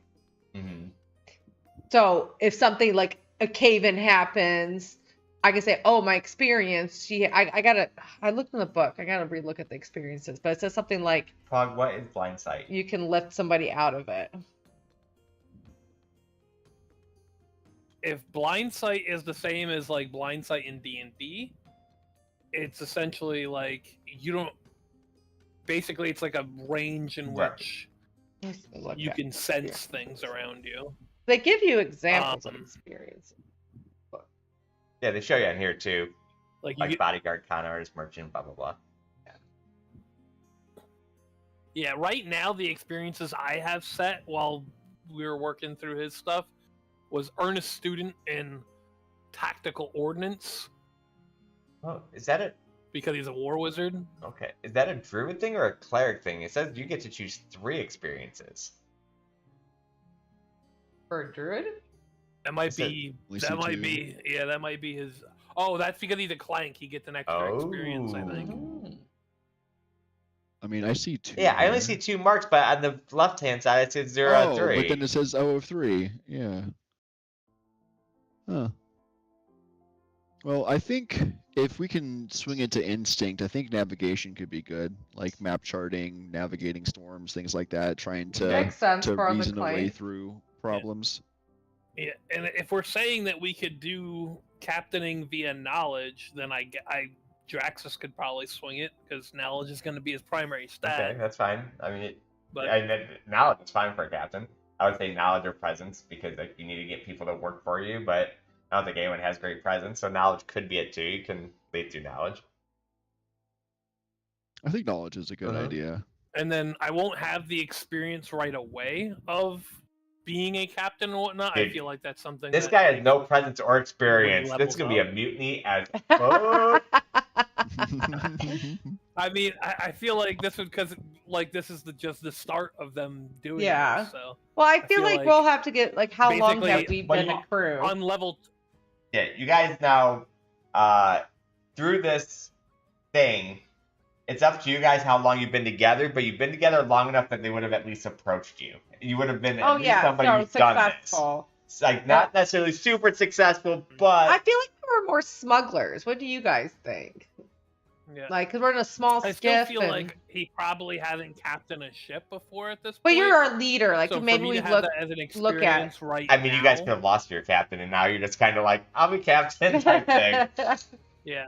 So basically, yeah, what I'm basically thinking is like at level 2, if that's what ends up happening, he would pick an experience that says like, you know, ship captain. That'd be great if we said there was a 4th member and that was our captain and he died and we literally all kind of hide it. We're trying to hide it. Oh my god! And when they try to hire you guys, like he's like, I'm the captain. When they're like, all right, he's the captain. And then you grow into your captain role. That would be so awesome. We should so put that in our background. Like I was thinking of having incredible strength. Like I do all the odds and ends of the ship. Like, do you need the mast move? That's what my first mate thing does. Like she just has incredible strength as one of her experiences. Yeah. So navigation. So can it be a little more general to like logs and charts? Yeah, because it has to be more specific. Or like specifically to like. It has to be specific because like you can go charts and stuff. That's fine with me. It just can't be just navigation because there's already a role for that. They do say if all of a sudden all your roles you're saying, oh, I can use my experience, I can use experience. The DM can ask you to change your experience as it's too general. It's supposed to be something very specific that at this moment, oh, my experience fits into like I'm really good at reading maps. Because like you already use your instinct for navigation, but this is like I'm really good at navigating this. Okay. So yeah, we'll put in. And even like if we grow out of our experiences, the DM can even change it at one point. Or I'd even be okay with like saying you're good at navigating the sky roads. So like when you're on your ship, you get a +2 to navigation, but if you were on the ground, you don't. That type of thing. Like you're like good at navigating sky roads. I like that. We'll go with that. Navigating the sky. Is sky roads one word or two? You choose. Dealer's choice. Okay. All right. What word it is? All right. I got a second experience. Probably something druid in nature. Oh, so something very specific about. So what it is you get to make one of these experiences a +3. That's what it is. You can move one of these up one. Yeah. Oh, okay. There's still only 2 experiences, but one of them can be +3. There's a tip in the book this helps out at all. So if you're not sure what experiences to take, consider the style of the campaign you're playing in and the actions you'll want to perform. In a standard battle-focused campaign, it's never a bad idea to take your character's first experience as something that will help with combat, and the second experience is something useful outside of combat. It was like a recommendation. Okay. That's essentially what I did. And it's like your experience has to fit the situation at hand.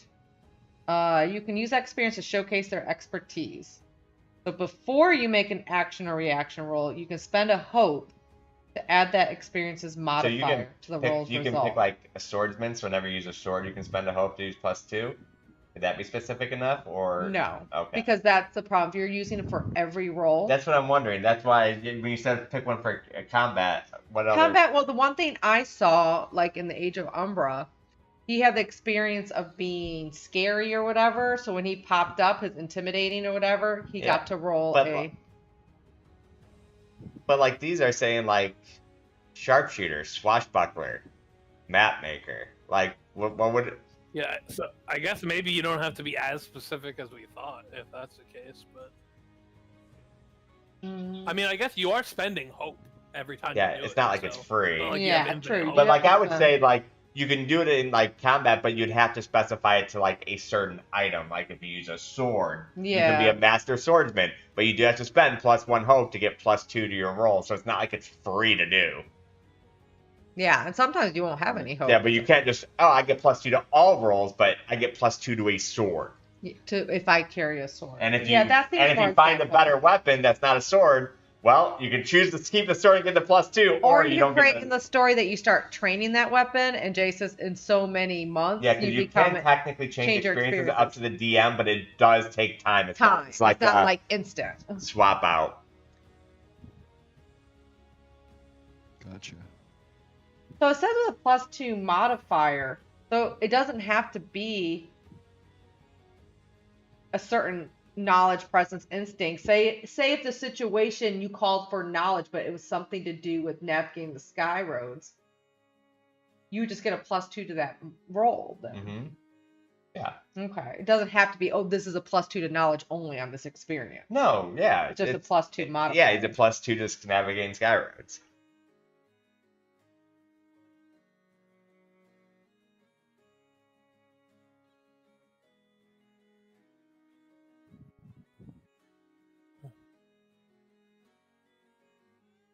But like say, for example, take flight or one-hit kill are too mechanically oriented. You might consider I'm a pilot or assassin instead. You can't just always do one-hit kill. One-hit kill? What the hell's one-hit kill? I get +2 to kill everything in one shot. No. Yeah, you know what? Actually, that's what I meant to say. Is my other experiences. My experience is just nuking everything. My second experience is I win. Yeah, like knowledgeable captain hours. Yeah. Bomb. My experience is I win. I win at everything. I win. So I get a +2 to win.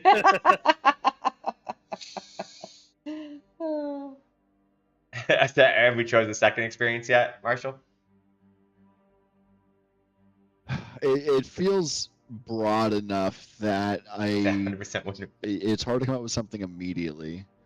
Like it's very open-ended and like, hey, what do you want to be really good at? So now I'm kind of like, okay, well, where would my character have come from? They started in high society. How long would they have been there? Like, would they have been there enough to be able to go be, a bartering go-between? Okay. Do they know trade? Yes. So if you want to take some time to fill out the experience, that's fine. But the one thing we have to do is create your connections. And then other than everything else, you could technically do later if you really want. But you have to do it before session 1. Which is next Monday. So used to winning that they try hard to play competition. All right. So your connections are, what did you confide in me that makes me leap into danger for you every time? You have to ask somebody else that question. And these are just examples. Technically, you can ask whatever you want. But these are some examples, like they're the recommended questions.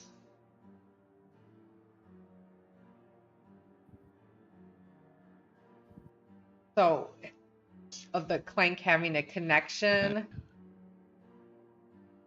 Yeah, with like either. Wouldn't it be cool, Marshall, if somehow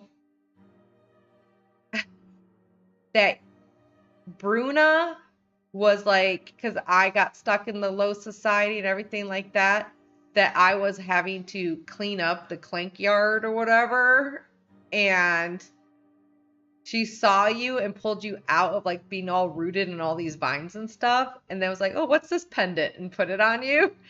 And so maybe we have that connection. Yeah, that could be fun, because I imagine getting dumped off and either like and who knows if it's because you knew a secret that the high society, maybe you work for the Skyward Concord and don't remember, or you have that secret. Who knows? That could come out later in the story. But I could just see Bruna having she was cleaning up the scrap yard or whatever like that, and she's just like, oh, this one's cute. Oh, did you lose your necklace? Yeah. And then all of a sudden, oh. Yeah, I can do your books, manage the money, and keep the plants alive, and then you can go be strong and imposing. That somehow we In the way there's only a became 6.5 foot friends. Like you're my buddy. Robert Like I Robert was like, look at my Yeah. buddy that I found. All right, so, So then But I would have to Bruna. confide. Okay, so I would confide in you.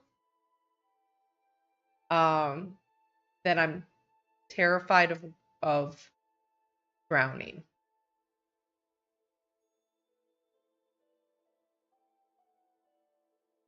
Spell your name Bruna. Brunna. Right? And Is that how I okay. spelled my name? Let me look. I think you did M as in Mike, right? No, never mind. N as in Nancy. Let me look real quick. M as in Mancy. Oh yeah, November. Brunna. Bruna Bogslem. Yeah. Which, for those who know That is terrified ribbits, of drowning. ribbits are supposed to be able to breathe underwater. So for me to confide this in you, which will bring out more in the story, you are protected of me when I'm around water, I guess. All right, what animals do I say you remind me of? Do I say that they remind me of when I'm thinking? Yeah, about well, I that? think it's somebody else up to that person. So, like either King or Sassy would choose an animal that you say they remind you of. Like, this is supposed to be building connection. Someone's supposed to be someone else answering the question. Okay. Right. Okay. You have any ideas, King? Okay. Let me think on this for a second. A cat boy. No. Cat You. Look at what cat ears. I had to remove them. We don't have a picture in mind for your character yet, so. And that's kind of a problem. Yeah, I imagine them looking kind of like how they look like in the profile Now, picture here. I think just it's kind what of like brass and bronze. And I think it's what animal Marshall thinks you remind him of. So you're choosing an animal that you remind Marshall of. Like what King? Okay. What kind of animal King is? Yes. So what I guess that Freddy's wrong. I didn't think this would be the complicated part. So it's basically like Marshall. So that's how I read it, but the way that I heard you say made me think that it was, King is thinking No. Because No, that's how I I'm just initially saying, thought it was. Like I'm thinking of what I just he think is. King is supposed to answer the question is what I meant. Like what animal he looks like that he reminds you of. Oh, why would I tell him what his? Because you're character supposed to thinks be my building character looks like? connections. You're supposed to be just answering questions. Why is this the difficult part? I don't understand. I Bruno don't has understand how -1 this knowledge. isn't That's my difficult. excuse. It's so confusing. So I think what's gonna happen is you're going to imagine yourself as an animal, and then that's going to be how I view you, as far as an animal. This is part of the So I how do feel you It's a collaborative experience. All right, I guess. Spirit animals, exactly, Liz. It's our spirit animals. is a lizard derogatory?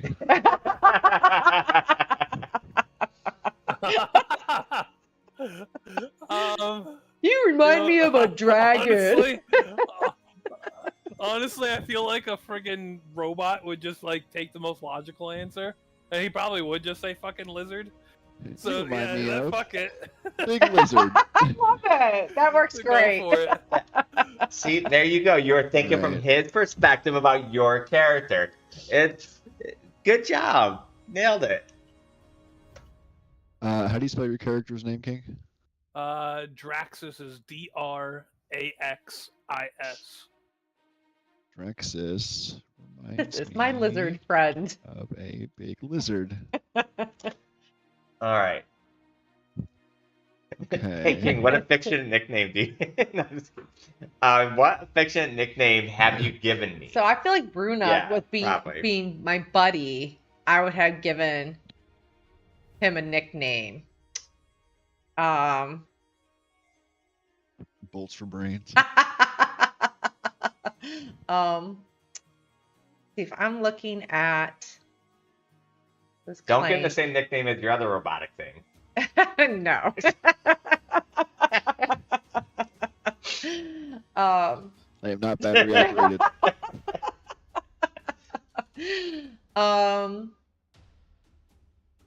What would she? She's not very bright, so she would probably just be like, "You're my."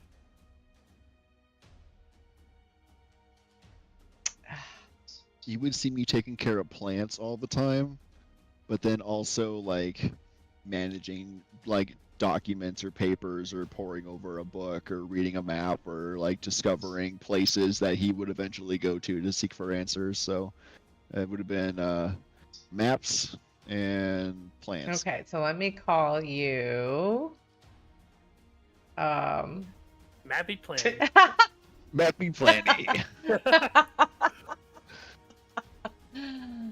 I think I would just like call you like my not buddy, but my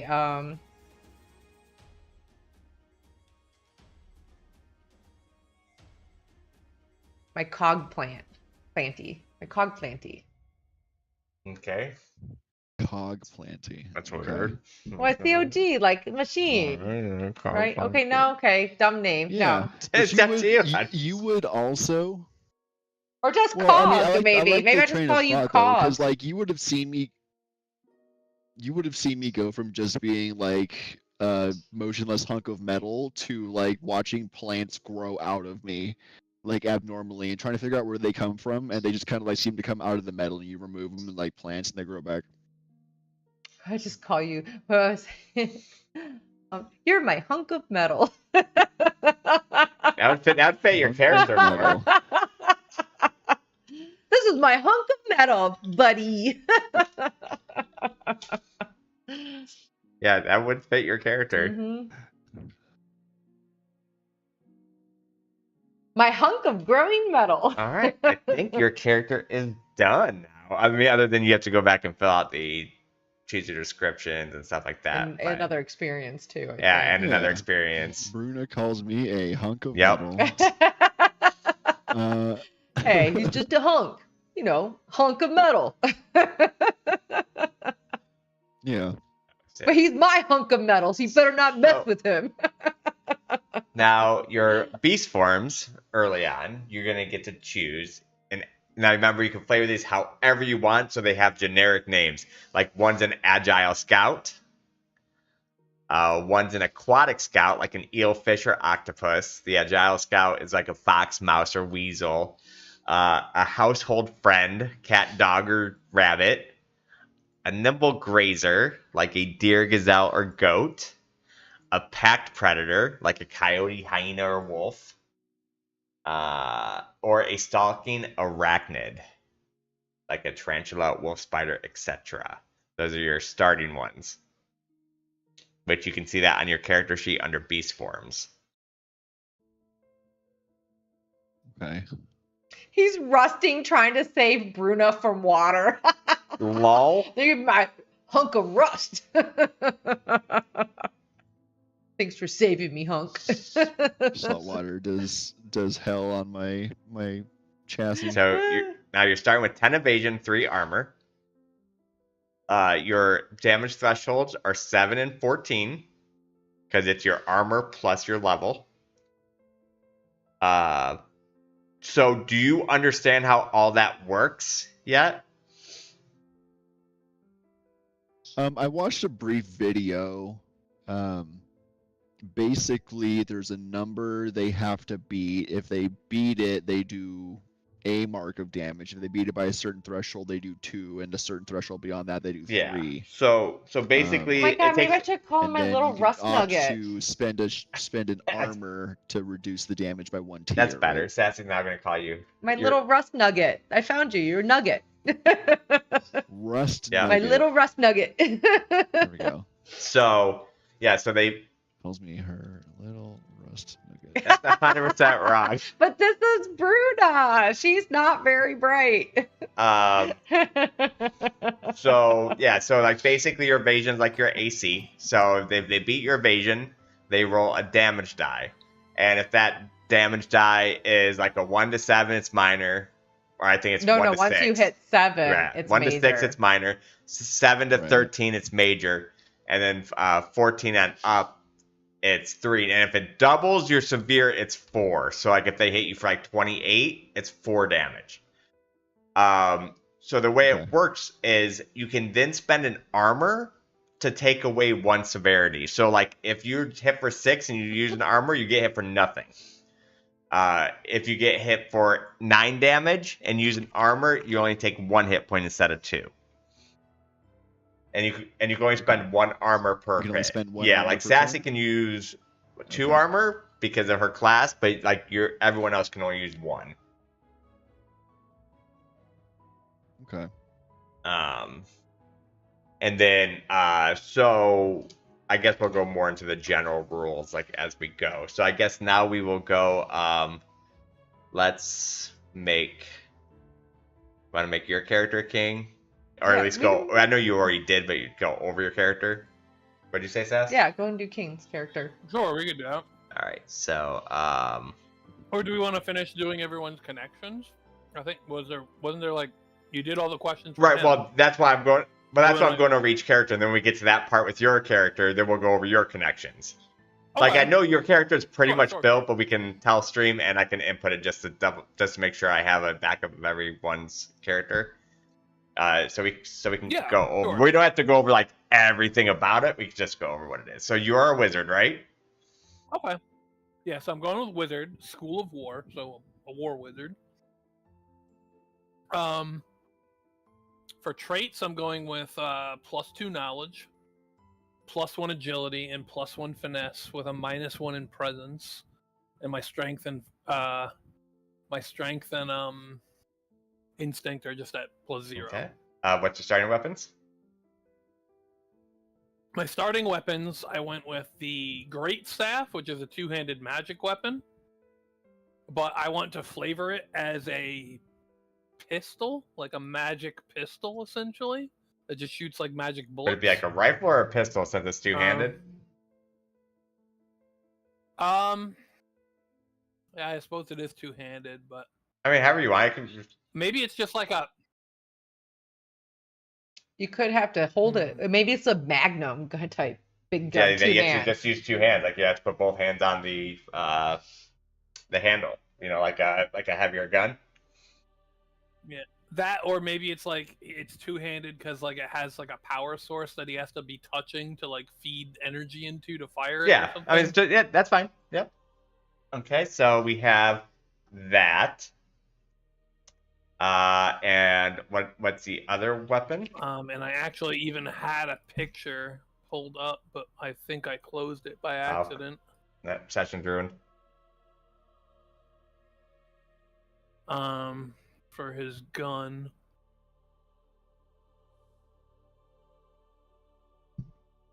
But while I'm refinding that, so, and then the one-handed weapon, he's just going with a broadsword, so he has a physical weapon as well. Because he is, I feel like a war wizard would also like be able to have some level of like Melee. swordsmanship or some Those aren't melee both primary weapons, are they? ability. They can be both primary, you just can't carry both at you a time. can't You carry can them. technically carry. I didn't know that. Yeah. Okay. Yeah, it's just basically he can swap his Swap weapon out. but- Okay. And then my starting armor, it recommends that I take the leather, but I don't know. I kind of like Gambison better. It's slightly lower damage thresholds, but it gives +1 evasion. Okay. So I'm going with the Gambison. For starting inventory, I'm going with the minor health potion, I think. And then for the other thing where it says either a book I'm trying to translate or a tiny harmless elemental pet. I think I want to go with the little tiny elemental pet, and it could be like something like when he first went to wizard school and like he summoned basically like a familiar or whatnot, and it's been like just a little dude that he's bonded with over time, and just is always traveling around with him. Okay. I think it's just going to be like a little, like, spark essentially that kind of like floats around. I like it.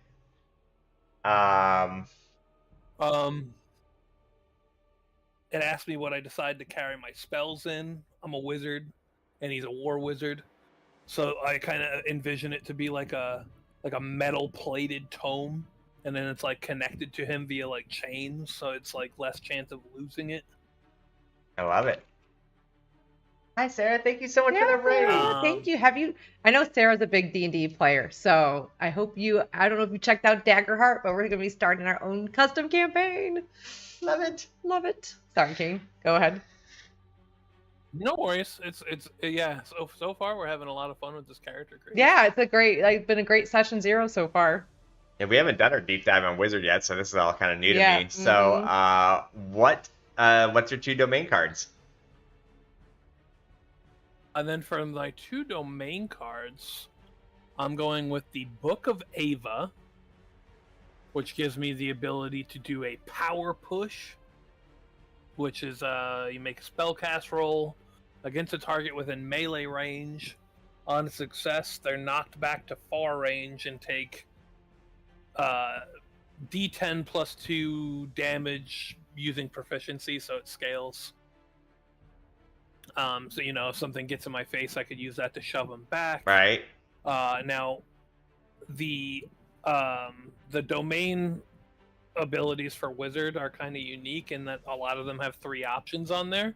So that book also gives me access to Teva's armor. So pretty. Spend a hope to give a target you can touch a +1 bonus to armor score until your next rest or until you cast Teva's armor. That is big. Definitely if somebody has low armor.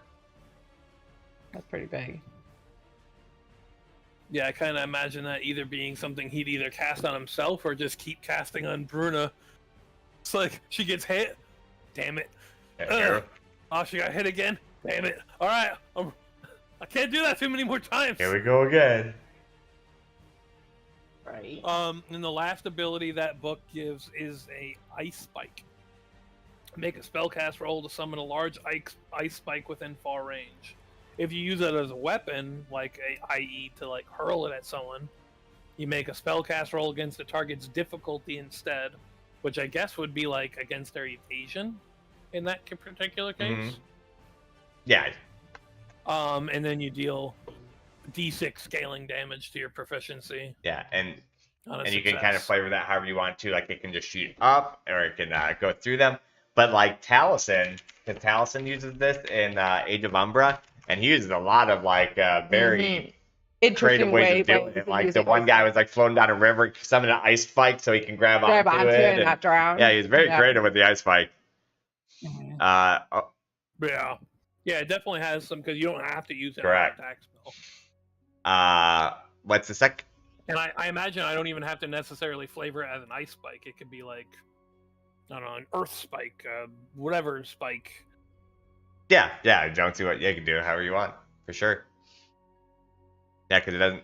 And then for the other. No, I was about to say, because it doesn't do to like ice damage, so yeah, you can do it however you want.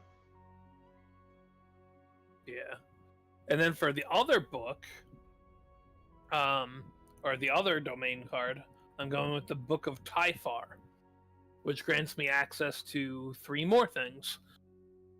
Wild Flame.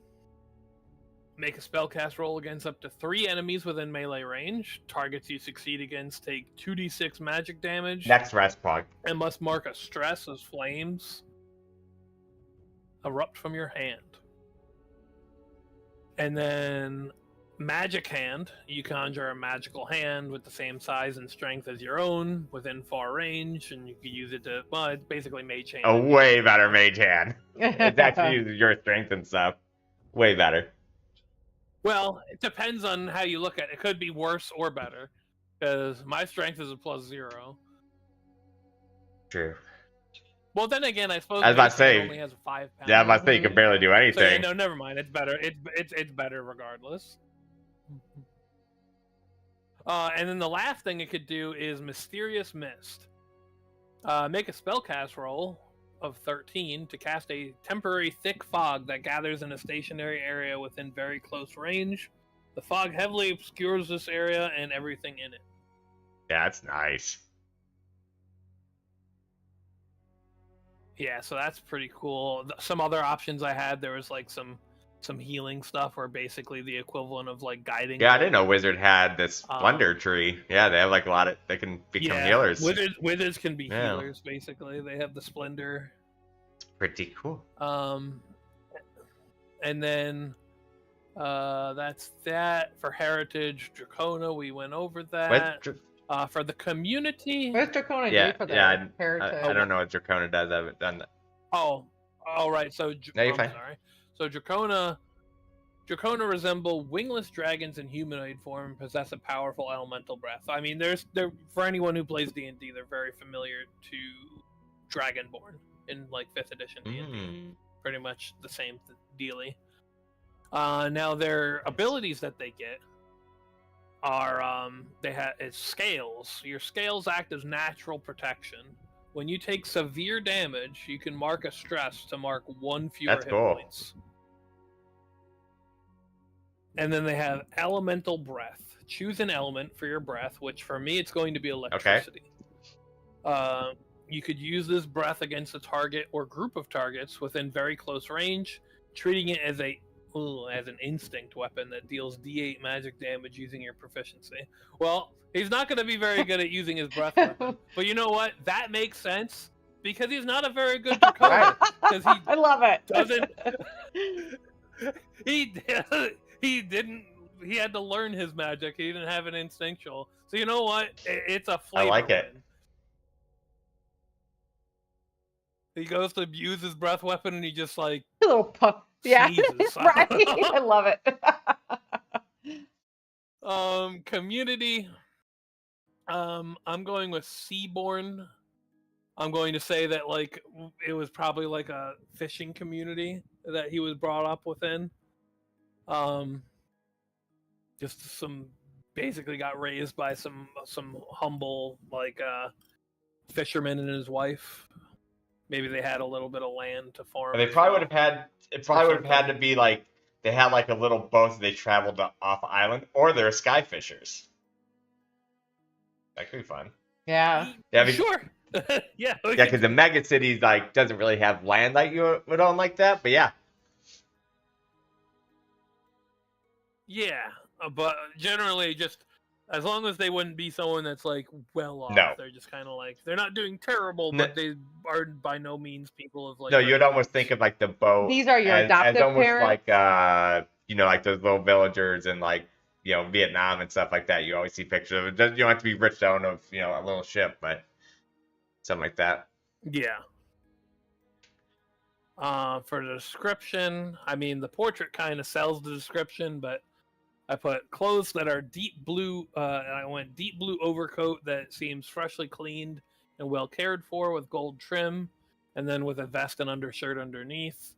Eyes the color of coal embers, so like a orangey, like a glowing orangey with like little bits of black.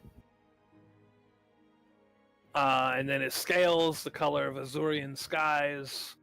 Attitude, chip on his shoulder, spiteful as his birth parents, deeply cares for adoptive parents.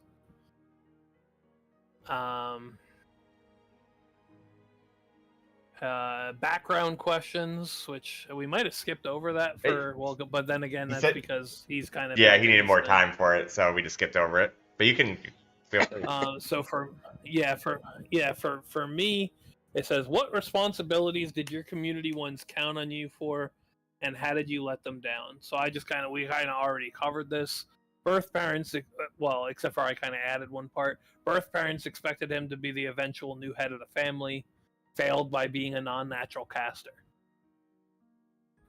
So he had to, eventually led to him being ostracized. You spent your life searching for a book or object of great significance. What is it and why is it so important to you? Now, this one I'm kind of I'm not necessarily directly answering the question because right now there is no like specific object or book. It's just generally like wealth and whatever he could use to basically give his adoptive parents a life of like luxury and comfort. Essentially, he wants them to be very well off and rewarded for taking care of him and giving him a chance. Essentially. Love it. And then you have a powerful rival. Who are they, and why are you so determined to defeat them?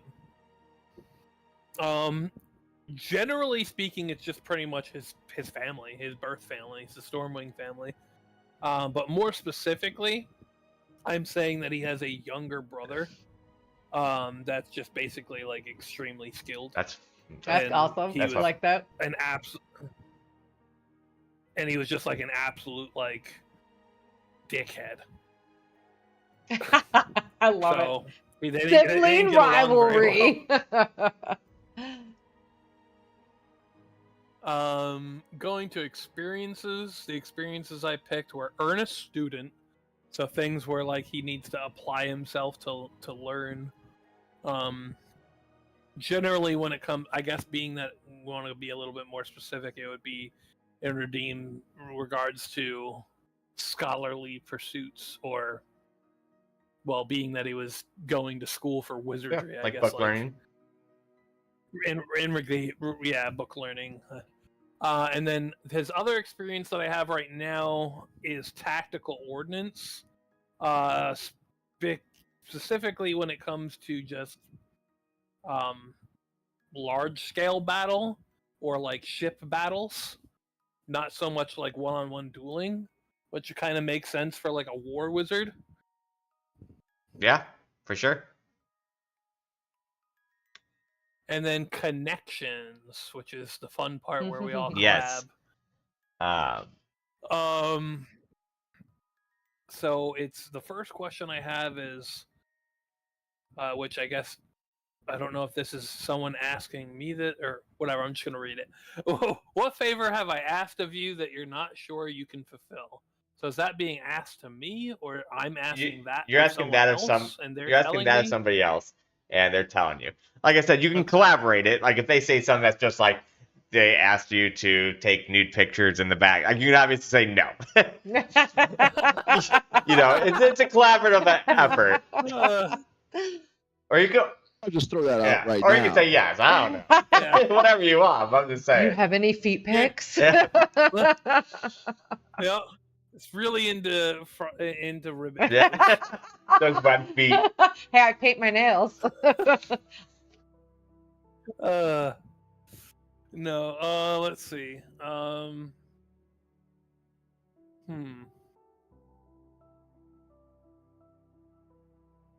What have I asked of one of you that you can't fulfill? Yep, one of you guys answer.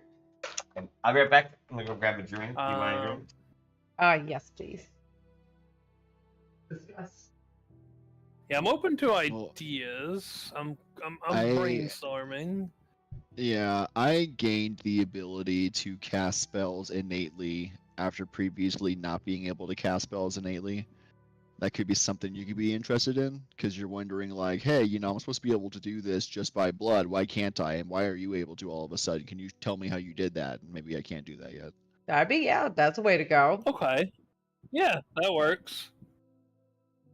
Okay. So we know how Bruna and Rust Nugget met. But Rust Nugget. my little Rust Nugget. But how did we meet you? What would be our story of how we came across to be a crew kind of thing? I'm thinking, since you said you grew up on one of the outskirt islands and they were like sky fishers or whatever like that. What would it, maybe there was trade that was done with my tribe before I was kicked out, and you may have known of me? Well, I think what most likely happened is by the time that we met up, he had probably already been in like wizarding school and whatnot, and like learning that sort of stuff. So I don't know so much about that side. I'm kind of thinking I don't know how long we've been together before this all starts. Is it like a few months? Jay said that we're He did say popular that enough we've that been- all these factions came asking of us to get one of the soul stones or whatever. Okay, soul so maybe root stones. maybe even a year. Yeah, or I feel like or we've been more together for a than- while now, at least a couple years, you would think. Okay. So I'm trying to think. So You were in the Undercity Okay, also, so if like you that's were the in the case- lower levels of the city too in your wizarding school, right?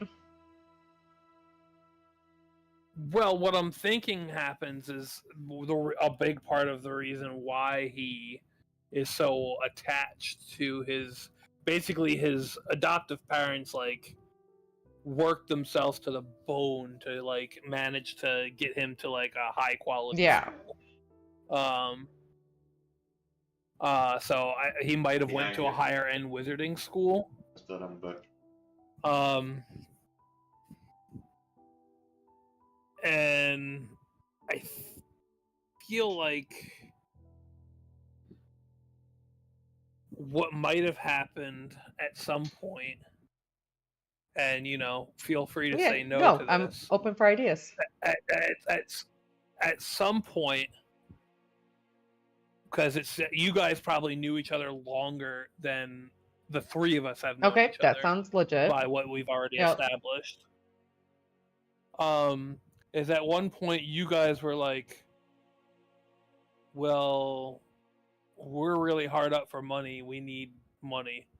And so essentially you guys signed up to like... Wait, maybe you were. Are you saying like you were already on the ship that we signed up for, and then that captain dies? Aren't we killing our captain? And No, Wow. no. I'm saying what I'm about to get to is basically you guys signed up to be like a demonstration target for the wizarding class. well, that sounds something Bruno would do. Yes. Hit me with your best shot. Because I feel like Bruno's not very smart, but she also confident in that like she could take a hit and then like I will bounce your bolt just gonna off call my him Rust armor. Bucket. For right now, we're calling him Rust Bucket or No, whatever, no, Rust he's my little Nugget. rust nugget. He's not a bucket. He's a nugget. So and he just kind of came along by default. It's just like That sounds beautiful of And how then- we all met. Yeah. and then he just kind of was like, I don't know, maybe like handled some the other paperwork. some other like I could see Marshall's character. somehow- it's like, somehow okay, through Bruna, that experience, I'm they just ended up, taking like, notes. Don't have them hit me. Yeah, I like that. We can go with that. That's how we I met. hereby forego all liability on behalf of Bruno. Love it. And then maybe the three of us That's how eventually handles the gold. became smugglers, mercenaries, or whatever onto a skiff. And then eventually the captain somehow will have to create that story. Either we mutiny to get him or he got killed and now we have you as our captain or pretend captain, however you want to be. I'm kind of in regards to that. I'm kind of more so like for the, something went wrong. and he Yeah, got that killed. sounds right.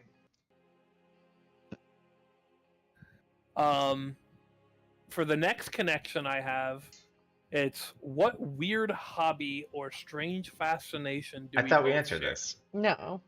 Frog. Oh, the No, that frog was feet. The first Frog one was. feet. I thought frog feet was. God. No. Oh, okay. No. That was what we call. Oh, it. okay. I'm sorry. I thought we were fully on board. Thought we were locked in. We just delete these real fast. I almost feel like Marshall's character and your character would have a better connection than Bruna and your character. I was kind of thinking that like they might kind of connect more on that in the kind of like wizards are logical creatures, and I feel like a construct essentially would operate on hard logic. That's kind of how I imagine too. Like, there's a part of him that wants to be able to like sense in a literal sense, like feel things like the plants he's growing. But yeah, he's very much like all these squares make a circle, kind of thing.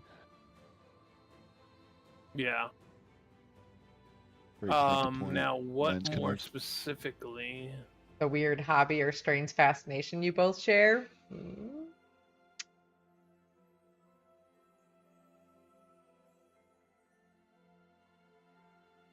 I don't know about strange. So far, I've got figured out I want him to tend to plants and to kind of like cherish plant life in general. I don't know. He would also be trying to solve a mystery, trying to figure out how he is the way he is. I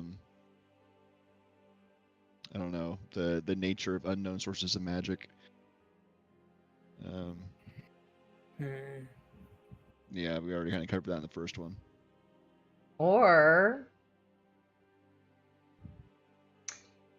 maybe Bruna and Draxus has, it could just be like a weird hobby, like shooting plays or whatever off the ships or something like that, right? Mm-hmm. Fascination of that. Sure. Okay, it could be like, I don't know, would like shooting targets be considered a weird hobby or strange fascination though? Well, That for seems for more- for you, like just that mundane type activity versus like trying to figure out all your weird, like your strong magic could be a strange fascination. Why am I so fascinated in throwing this rock and shooting it? You know? Oh, actually, you know what? I have one Okay. that I just thought of right now, and it's more eccentric and would actually work with Bruna as well. So Bruna might be dumb, but she also, you mentioned earlier, like specifically like drinking. and Yes, whatnot. she does. What She if likes to Bruna smoke, and drink, arm Draxus wrestle, are all both, that kind of like, stuff. Not so much the love of drinking, but not only do they like drinking, but they're like hardcore into making their own like. Oh, are we brewmasters together? Yeah. Brewmasters, yeah. Weird fascination hardcore of into making certain brews. And the best part is neither of you have an experience in it, so they would just be awful at first. And or like Yeah, what if I throw this eel in it? You think we'll get a stronger sense of the alcohol taste? You know, we just do weird shit like Is this that. the anime where everyone eats everything from the dungeon? Yeah, right. Oh, yeah. I can kind of see that. I like that. Okay. Making absolutely Strange brews. with Bruna. Yeah. With Maybe you raid my room for strange. Oh my god, and if you're try growing that. plants and flowers, I could see us raiding like your herb collection Yeah. and be like, ooh, what is this? Oh, let's put it with, hey, I got this beetle here. Maybe this beetle juice. In theory, it could be a fascination that you all share. Yeah, true. Hey, how's that True, 5 true. pounds of barley coming Yeah, along? you're great. Oh, little pops. Some strange fluid leaking from Rust Nugget, and it's just like, what if we Well, distill this? then I can almost see it as like all three of you guys are fascinated with it, but Rust Bucket. You need to come with a name with your character. He's going to forever be known as Rust Nugget and Bucket. I could almost picture him like the robot from that DC show. Well, that's The broad. the one that we watched, the one with the Titans. Andor? The Titans. Oh, Titans, the Titans. Teen Titans? Teen Titans. What? On Oh, DC? Cyborg? No. There's like this robot who's part of like this family that everybody eats, and he's always like, "Does that taste good?" And like you can just tell like he wants to try it, but since he really can't taste it, he's like making all these strange brews. He's like, "So how's it taste?" Like I was fascinated with like how, yeah. Yeah, that would. Yeah, that's pretty. Yeah, accurate. that would be pretty funny. Yeah, we can go with that. Okay. All right, and then this one is kind of similar, I think, to one that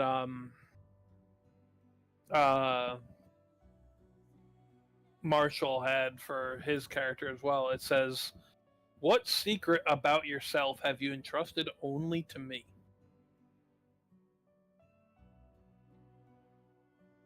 Okay. I like frog feet. Hmm. Yeah. So moist. I wonder how it'll taste when they're bruised as I see like a machete trying to cut my foot off. Jade's actually gonna. Oh no, your foot's injured. Let me just take care of that. Nose my forehead. No, your foot needs taken care of. I think I'm doing a D&D game on Fridays if I have time for it. But unfortunately, I don't think I'm ever gonna play Daggerheart. Forever a DM. Forever DM. And I hate playing GM characters. I just think that's a bad idea. So.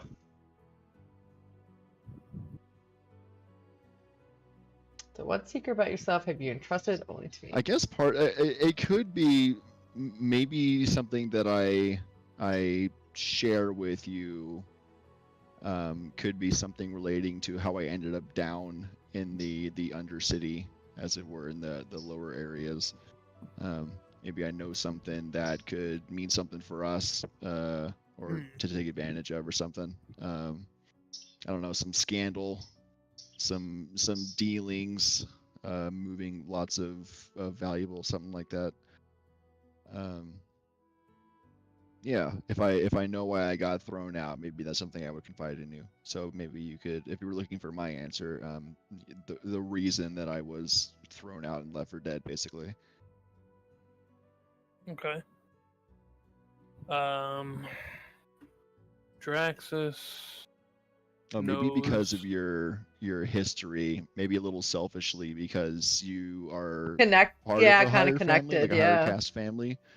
Yeah, maybe part of me is trying to figure out if I can somehow use that to get back up and make some kind of resolution with the people who threw me out. Okay, so Draxus It's all very knows big picture ideas. the reason Rust Nugget Rusty. was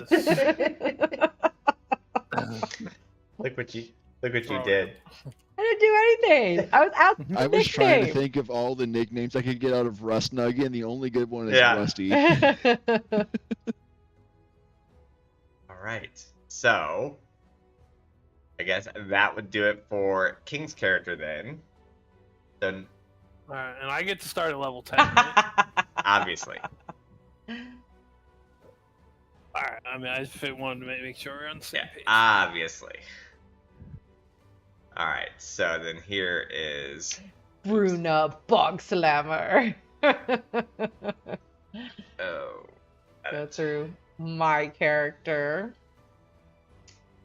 So I decided to play a guardian, and I'm choosing from my subclass. I am choosing subclass, stalwart. I'm gonna be just that tank of a, like I said, I'm a mutated, gigantic rivet thrown out of my tribe because I freaked them all out. I was some kind of born abomination in their eyes. And she was so a stalwart gains a permanent +1 bonus to your damage thresholds. So I'll be able to increase my damage. Our druid is renewal, so we'll have some healing. All right, and then I have to select my traits. Yes. You had me. I had +2 strength. So I'm very strong, you guys. Very strong. +1 agility. Guys, that she basically all she did was use her time to build her muscles. She has big bodybuilder type muscles. So I have +1 to agility. Yep, +1 presence. Oh, because I wanted to be a little bit intimidating. Yeah, she's very intimidating looking. So I do have some presence. Yeah, I forgot I did that. And -1 knowledge. No, I -1 knowledge. Yeah, she's dumb as bricks. She is very loving and everything like that, but she's probably not the brightest of all like the group, but she will go above and beyond to protect her group. So So then I'm what? +0 in instinct, and then 0 finesse. 0 finesse. I wonder why it doesn't change up here when you choose. Because that's the recommended ones. Okay. So my starting weapons, I ended up choosing. I'm gonna have a big tower shield, but I'm so big the tower shield almost looks small. I think to her. I'd say it looks normal. I wouldn't say Normal. small. Okay. Because tower shields are gigantic. Gigantic, So for okay. you, it's like you're almost holding like a normal shield. I think I chose. Did I choose a whip? You chose a mace. Am I related to Grog? Oh my god, yeah. Grog and I would get along so well. You chose a mace, which we're gonna flavor it as like a ball and chain. Oh yeah, ball and chain. Yeah, she has a ball And and, a tower chain. shield. Okay, where's my mace? And then the tower shield. Yeah, it's gonna be like a ball and chain instead of a mace, though. She kind of swings it around and just keeps. And your starting arm was full plate. I'm going in full plate, but her full plate. You know what the bodybuilders, the women bodybuilders are wearing just this like one-piece bikinis type thing, and they're like, so she literally has like her armor looks like a one-piece bikini like type armor, so she can like show all her muscles. I don't know if you want to show my picture for stream at least of that second picture I put in Discord. This is her. This is how I think of her looking. So that is Bruna Bogslammer, you guys. She is proud of all. She is very vain too. She has a lot of vanity. So she is proud of her muscles. I mean, she got insecure when her tribe threw her out, and she's like, I don't care.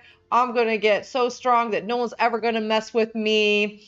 She has a purple mohawk, smokes cigars, drinks her mead, has her big tower shield. So I told Sassy if she's really committed to this character, she should smoke a pack of cigarettes before each and I session, said so she gets that rough absolutely, voice. absolutely not.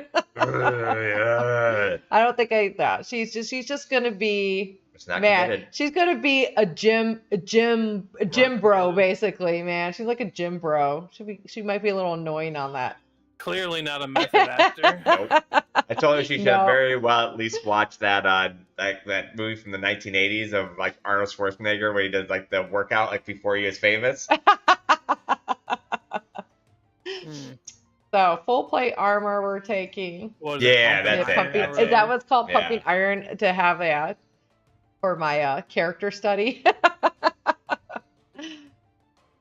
Can Sassy do an Austrian accent? Can she be an Austrian bullfrog lady? Oh my goodness, Hello. that'd be hard. Hello. I think I would annoy you guys after one. Get in the session. airship. Get in the airship. Get in the sky ship. Get in the sky ship. Do it now. Do it now. It's not a tuba. Oh my god. So I'm going full plate. Then I have minor Oops. health potion and totem from your mentor. So yeah, I'm going to. Yeah, minor health potion. I wonder if I want to change it from a secret key. I don't think she would have had a mentor because she was kicked out. But maybe my secret key leads to something secret. Oh, is your secret key lead something secret? That's Oh interesting. man, Yeah. that's I- holy moly! I don't know who how you guessed? came up with that conclusion. No, That's insane. I'm thinking about the story in my brain of what she's And I can just hiding. see her being so dumb that just leads to her apartment. And she thinks she has the secret key. That would be so Bruno. Yes. Oh yeah, where was secret key? Who knows where this key belongs to? I found this key. Oh, it's to my house. God damn it, Bruna. Oh my I goodness. was given this key by a great mysterious person as her landlord. Yeah, secret key. That's the way we're going now. And then for my domain cards, I believe I picked Get back up. Get Back Up. So When you take severe damage, you can mark a stress to reduce the severity by 1 threshold. So instead of taking 3 damage, I can mark a stress and only take 2 damage. And then I am your shield. So it's always severe damage, so I can't reduce major damage. But I thought there was something else. But you can use armor. Oh yeah, I can use armor to So essentially, you could take a severe damage. You can mark a stress to remove that. Then you can use 2 armor, and essentially you take 0 damage on severe damage. Okay, so I took get back up, and then I took what? I am your shield. I am your shield. But I'm not going to say I am your shield. I'm going to say my gains guard you. You know, your gym gains. My gains guard you. So that's going to be her catchphrase. That when an ally within very close range would take damage, you can mark a stress to stand in the way and mark yourself the target of the 2 attacks instead. Yeah. Or the attacks instead. You can take damage from this attack, and you can mark any number of armor slots. So any number. So technically, she can mark 3 armor slots. And take all 3 of the of their. If they got severe damage, I could take all 3 of the damage. Oh, Yep.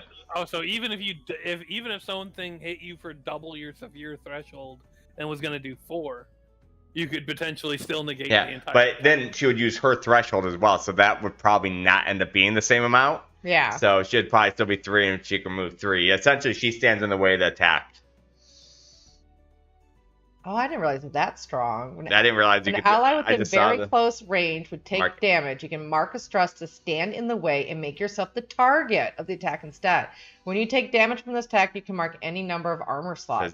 So basically, it goes by my threshold and. Yeah. You become the one attacked. The one being attacked. But instead, you can mark any number instead of just like 2.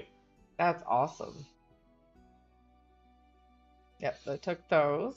Mm-hmm. So, for my heritage, I ended up, thanks, Wet Mog, hello. Thank you so much for the 76 months. For my heritage, I split it. So, I chose, for my ancestry, I am a ribbit. So, definitely a ribbit. But I'm flavoring it because she's been mutated and everything. Then is a giant. I am cross building, and my second one is giant. Wait, how do I cross this training with? Oh, up top, mixed ancestry. Right. How do I take this off? How do I get rid of ribbit? Maybe I selected it yet. There we go. Hold on. Yeah, I'm mixed ancestry. Even though I don't come from like a ribbit and a giant having sex or whatever like that. It's just the flavor of it because she's mutated. She is a giant ribbit.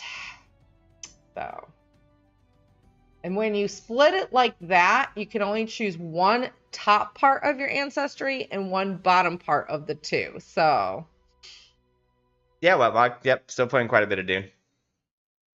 So the top one, I think I chose the giant one, right? Mm-hmm. Yeah, the extra hit point. Yeah, I get an extra hit point.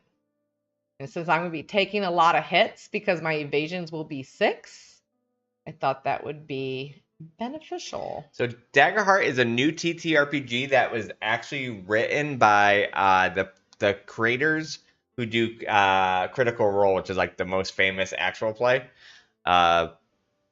So it's a new TTRPG that is very story oriented.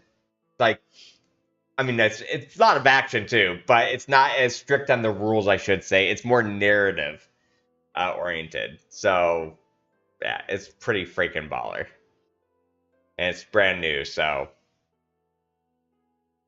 So with the ribbit, since I didn't take the top one of the ribbit, and that is where I can breathe underwater and swim underwater. I think we're flavoring it. You're so swole. I'm so swollen, got so big, my gills closed over. So I'm a freak of nature in the ribbit society because I can't breathe underwater. I don't swim well. I'm too big, all that kind of stuff. So she definitely is going to have some flavor with that. So that's kind of cool. And then I have the long tongue. So I can use my long tongue to grab onto things within close range. Or I can mark a stress to use my tongue as a finesse weapon. It deals D12 physical damage using your proficiency. So I can have those options for. Yeah, Pog. Yeah, well, we're gonna definitely go more into this overall rules too. Yeah, after the characters, we'll definitely go over the death rules. So then my community, I chose the only one that kind of made sense was Seaborn, honestly. Where you hold a number of tokens equal to your level. Before you make an action roll, you can spend any number of these tokens to gain a +1 bonus roll for each token spent. So right now I'm level 1. I guess I would get 1 token, right? So she's very aware of herself, I guess, of her surroundings. All right, and now I think we're part of the experiences. Yep. Which I wanted to be the. That's awesome, Webmog. I love critical role stuff.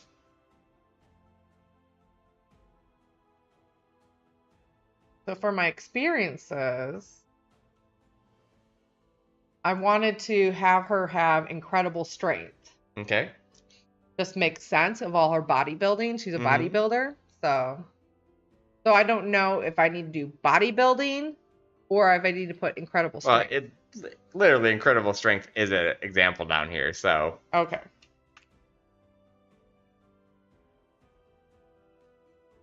I don't know if you want it.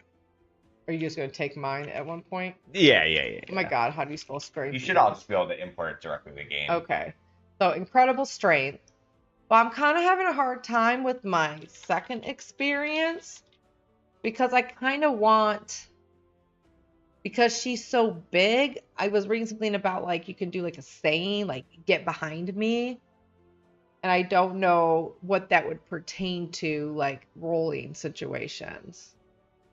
Like she could, like I sometimes wondered if I said get behind me and there was an incident where I had to run through a rock wall to get us through, or run through something like a doorway.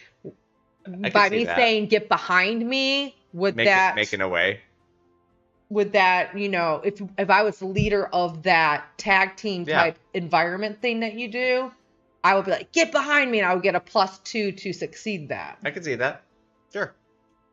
Wow. That just sort of. But you can stack too. I do want to say though, not to you, I'm just saying in general. Remember, experiences are up to the DM's discretion. Nobody can get mad if the DM says, I don't think that works for that situation. Yeah. But they say you could stack experiences, so technically I could say get behind me and use my incredible strength to push through that that situation. I would have to spend 2 hope though to use it.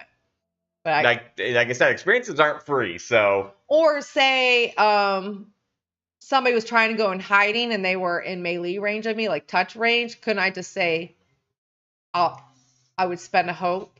Buttmog, are you ready to play some Daggerheart? It's your time to jump in. You what? So could I help somebody hide by saying get behind me? Like in a battle, they were trying to hide. I think that's when you would use your hope to give them advantage. Okay, to hide. Yeah. But then could I use a second hope? Oh, you could use hope to give people advantage? Yeah. So you can spend your hope as long as you can come up with a way that you're helping the person. You could spend a hope and you give them advantage. You would roll advantage dice for them. Huh. Yeah, Webmog. Yeah, this is session 0, which is basically us just building characters and stuff like that. So those were the experiences I was thinking that'd be kind of fun to play around with. It would fit her character, being a bodybuilder. So, and like I said, with experiences, you can always, if it ends up not working out, you can find a way to change it or learn a new experience. So the connections, I haven't done any of this yet, so I don't even know what questions I have. At one point when they go to a city that was having some kind of competition, Draxus is going to sign her up unbeknownst to her for a competition. Just be like, all right, go make money. Sounds like Bruno be like, okay. Point me at him. Beat him up. So, how did I save your life the first time we met? Oh, that could be me and my little rust bucket, or my little rust nugget. That could be me and Nugget. Could be. Did I basically saved his life from the trash pit. Yeah. Saved. You could be like Anakin. Saved. Or not Anakin. Little Rust Nugget. From Brutus Palpatine. No. Ooh, okay. Oh wait, hold on. Also, counterpoint. Being that we kind of already established that thing, being like basically we already know that you basically saved him. To add on to this, and put a little bit more depth to how you two met my character. The reason why they could have bonded and became a group is because you actually saved my character. Maybe, yeah. Because some other student was going to like blast him with XYZ, and you like shielded him.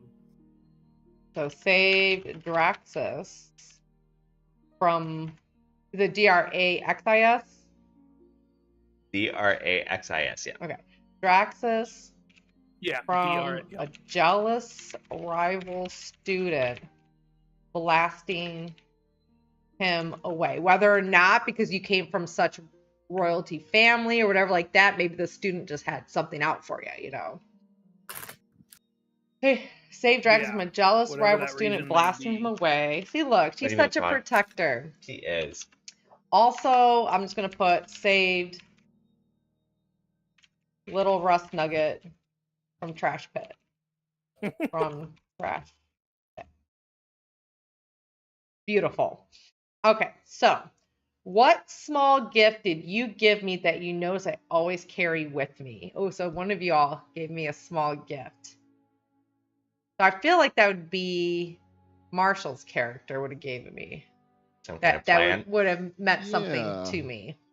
Maybe like a little metal flower. A metal flower, okay. And I treasure it. Sister, thank you so much. With my secret key. Yeah. Metal flower. What color is my metal flower? Probably the colors that I would be made of, probably like brass and like silver. Brass and like brass silver. And Very pretty. I'm going to put very pretty. I love. Oh, speaking of, I sent you a few pictures that I found while we were like all browsing for pictures that may or may not appeal to you.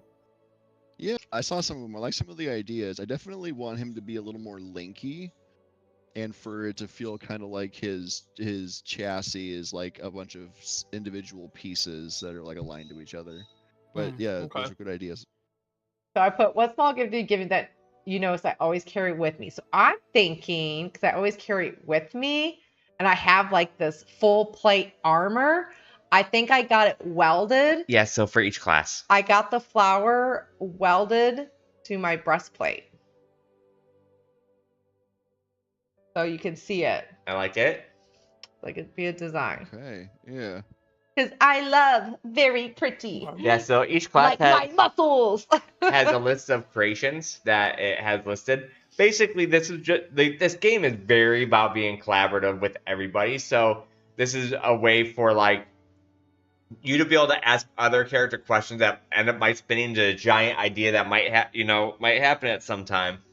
Or could just a way for characters to feel more connected. So it's kind of cool. You're supposed to ask other questions, other characters. And this is the first time we're seeing it, and it is blossoming a relationship between our characters. Because I wasn't so sure about this part, but I think we're really connecting and having like a story evolve that we didn't know about. So it's kind of neat the way it's going.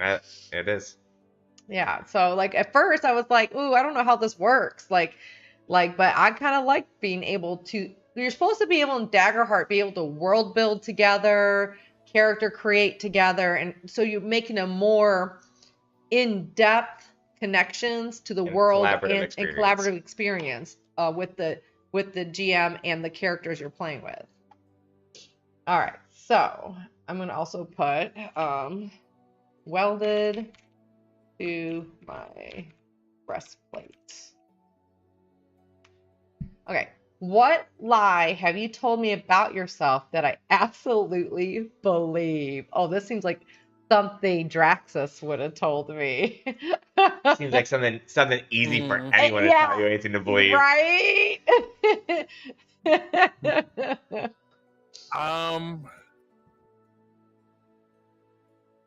Or yeah, even What was Marshall's Draxus? character.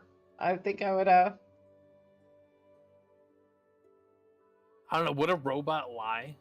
I mean, he could be his own AI, right? I mean, he doesn't have to follow Yeah. he doesn't have to True, follow any true. kind of stipulation of whatever he chooses. Fair enough. Fair enough. I'm thinking though. That you are very pretty. It's a good big joke. See, that just be so right. Everyone's laughing as you walk by. No, you're gorgeous. And you're like, thanks, mate. Let's go. Cheers to my beauty, to my muscles, with our homemade brews. That'd be funny if they lied to you so much you honestly thought you were just like the most gorgeous girl in the world. Gorgeous ribbit ever. Yeah. Even I mean, like, why did my tribe throw me out? So you think They didn't know what they're missing. So you think your presence is so much better? I mean, that's really not bad, but he's jealous of my beauty.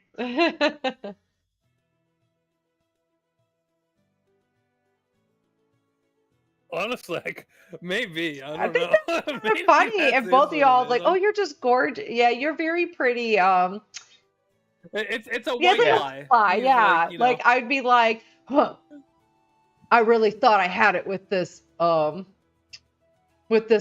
I thought we really hit it off. Oh, but he just said I was an ugly toad. What the fuck does that mean? And you guys are like, oh, you're very pretty. Yeah, he's just jealous. He's just jealous because you're so pretty. He's intimidated by your beauty. They tell me I'm intimidated. My beauty's. I'm so. Your beauty is intimidating. They tell me my beauty is intimidating. So beauty in their eyes, I mean, man, come on, Bruna, you're fucking ugly. But they're like, but she's saying my beauty. I'm so pretty. Oh, no one can handle all this beauty right now. No one can handle my muscles and my dashing looks. Okay, I love it.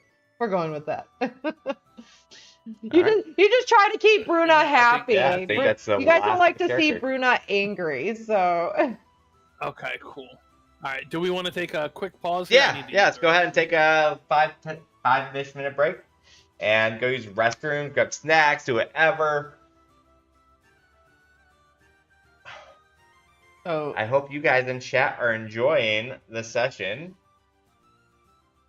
And Jester, thank you so much. Really appreciate that. 97 months. That's huge. We're going to hit 100 months soon. I do think Webmog would enjoy these games. Yeah.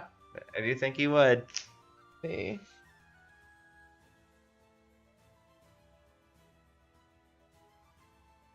They tell me my beauty is intimidating with my secret key that leads to my apartment. This key's so magical. Little Rust Nugget gave me this flower that I have on my chest. It means so much I to don't me. get a crush on me, but how pretty I am. Well, if you think about it, she is vain. She paints her nails. Yeah. She wears makeup and has like these really big eyelashes. She has this purple mohawk hair. So in her eyes, she is pretty. Yeah, but she probably wouldn't even be pretty to her own people because she's just such a freak of nature. Yeah, she's a freak of nature. But in her eyes, she's like, they don't know what they know. Yeah. I'm beautiful. Look at my muscles. Or like that. Like, I will prove everybody wrong. But no. You tell everybody, get in the skyship. Do it now. Do it now. Do it. Do it now. Real quick. No, I end up really liking the create the connections. Yeah, me too. We created a lot of like, I feel like, you know, I'm closer to the characters we've created, so. But I'm sure because we decided that us three had known each other, right? Because it was such a small campaign. The prettiest in her weight class, right? That we decided that we were gonna like, but you also can, I think you can character create, like if say your characters would be met later down the road, maybe your two characters know each other, but these three characters know each other. So just like kind of like in Age of Umbra right now, two of the characters did not originally know the original four characters. Yeah, like I like this because it feels like you guys do have some kind of history already together. Because like so many times in the D&D campaign, like even in ours, you guys, you know, technically knew each other, but you don't really feel that connected. But this, it does give you kind of like yeah, a it gives connection. you a little bit. And these are just questions they suggested. Yeah, technically, It says that's whatever you want. technically we could make our own questions Even to though deal with connections. I didn't see a way to do it on the sheet though. They should have let you be able to cross out the question. Yeah. But we just decided to keep it simple. This is our first time playing Daggerheart. I just went with the suggested questions. Like, I'm like, this is my first Daggerheart character. So I'm trying to keep with everything pretty simple because I'm learning a new game. So, but I thought the questions worked out. Like, when I first read the question, I'm like, who cares? But I'm like, oh, this is actually connecting us. We should care.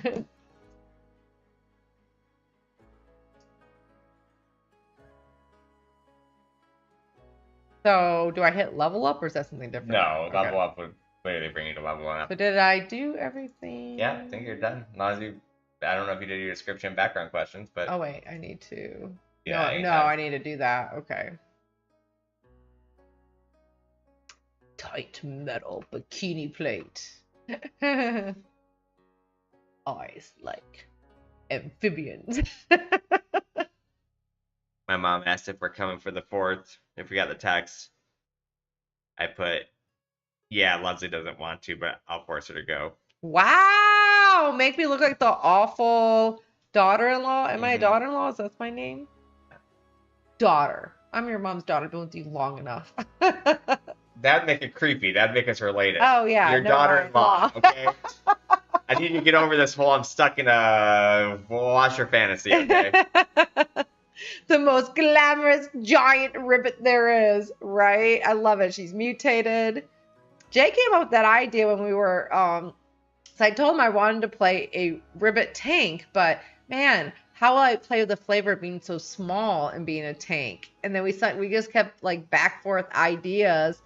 And he's like, you know, you can cross ancestry. It doesn't mean it has to be like your father was this and your mom was this. You can flavor however you want. Yeah, you can flavor however you want. So being mutated and a freak of nature in the tribe, that worked out perfect. But it also leads it to be funny because I can't breathe underwater. And we made it so like the gills, basically, I got so swole, so big, my gills closed over. So be pretty neat for a ribbit to be afraid of water. I'm so excited about this campaign, though. I have 2 awesome campaigns going right now. You Very do. excited. The holocycle has been amazing. I have had a blast with that D&D campaign. Yeah, the highlight of my week for Yeah, sure. I just need to, now I just need to be really good at managing my time. So I can plan, because I don't want to like slack on one or the other. I want to make sure that they're Both campaigns are rich in content. And my wife's mean and she's making me work, so. The worst. Liz, I want her to embrace jewelry. Like, I wanted her to have a septum, a bone septum for her nose that she wears.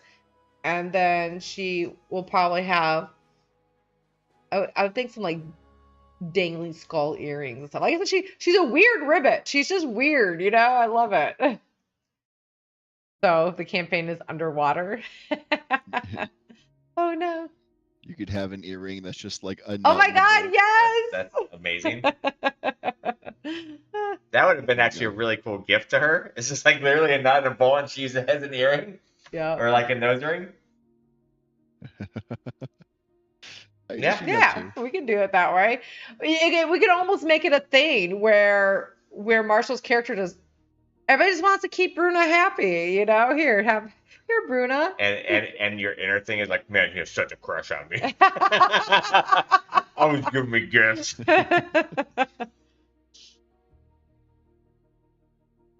I could just see like Bruna stewing, and they're they're like drinking their awful brew they're making and stuff like that, trying it out, and she's going, "Huh, I thought I had it. I thought he was going to come back to the room with me, but god damn it, what is these men's problem or women's problem?" I feel like Bruna would not care. Yeah, She would go. I She think would Bruna would try go, to get it "Oh." wherever she could get it, right? Like, okay, and then I could just see Marshall's character like, "Well, I made you this."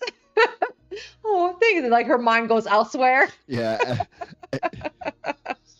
As I hear her start saying, "Man, it was so close," the metal piece comes out and I start bending it. Like, flower, pretty flower. Here you go. It's a practice meditation. so it Right, doesn't take right. very long. Maybe that could be my other special character skill is bending metal into precise shapes to serve functions. I think those questions are actually 10 out of 10 because they really do feel like they have. So way I feel more. like if you did choose that, Marshall, it would almost be like if we had to pick a lock, you could maybe bend the key to fit correctly and get maybe a +2 to your roll on picking the lock or something. Or crowbar. Mm-hmm. Yeah. Well, as a nomad, I also get basically a bag of useful things where like once per day I can like summon a very specific item to help with the task as well. So that can be Right. cool. But yeah, I like the idea. Like I'm trying to think like what would be uniquely one of my skills, and either something like creature comforts, like being able to make people feel more at home because of my life as a service bot to some nobles, or I'm trying to think something like battlefield oriented, like healing or stabilizing, but I don't know what that would look like. I don't really know combat really. But yeah, something like being able to support people more. So is there any effectively, questions on combat you pretty have? Cool.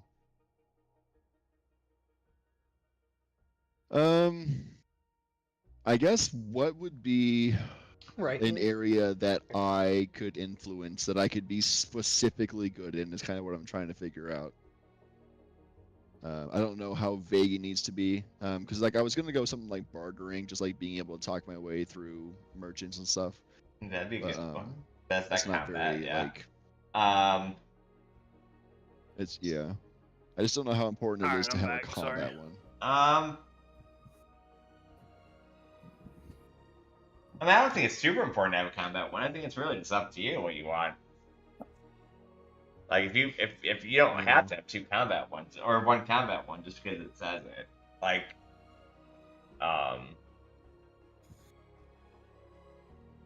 yeah, I don't think there's like first aid or anything in this one because technically like we're gonna go over death rolls in a second. Technically you can always choose almost not to die unless it's a TT or not a TTRPG. Unless it's a TPK. Let's get back before the death rolls. Do you I see you heart. Did you heart the last picture, or were you just hearting the? I was just trying to pictures in scroll. general? And I accidentally clicked. Oh, I like them all though. I think you could like just say your 2-handed are just 2 revolvers. I think that could be actually kind of cool, and they just fire at the same time, like just as makeup, and you could just put one away quick because obviously you're. I guess both your hands are technically full. Mm-hmm. So yeah, I mean, I could see that. I think they're all cool. I think the rifle idea is cool. That rifle up top. Yeah. And I was leaning towards the first and fourth ones. The third one is also kind of cool because I like I the do too. gold in it.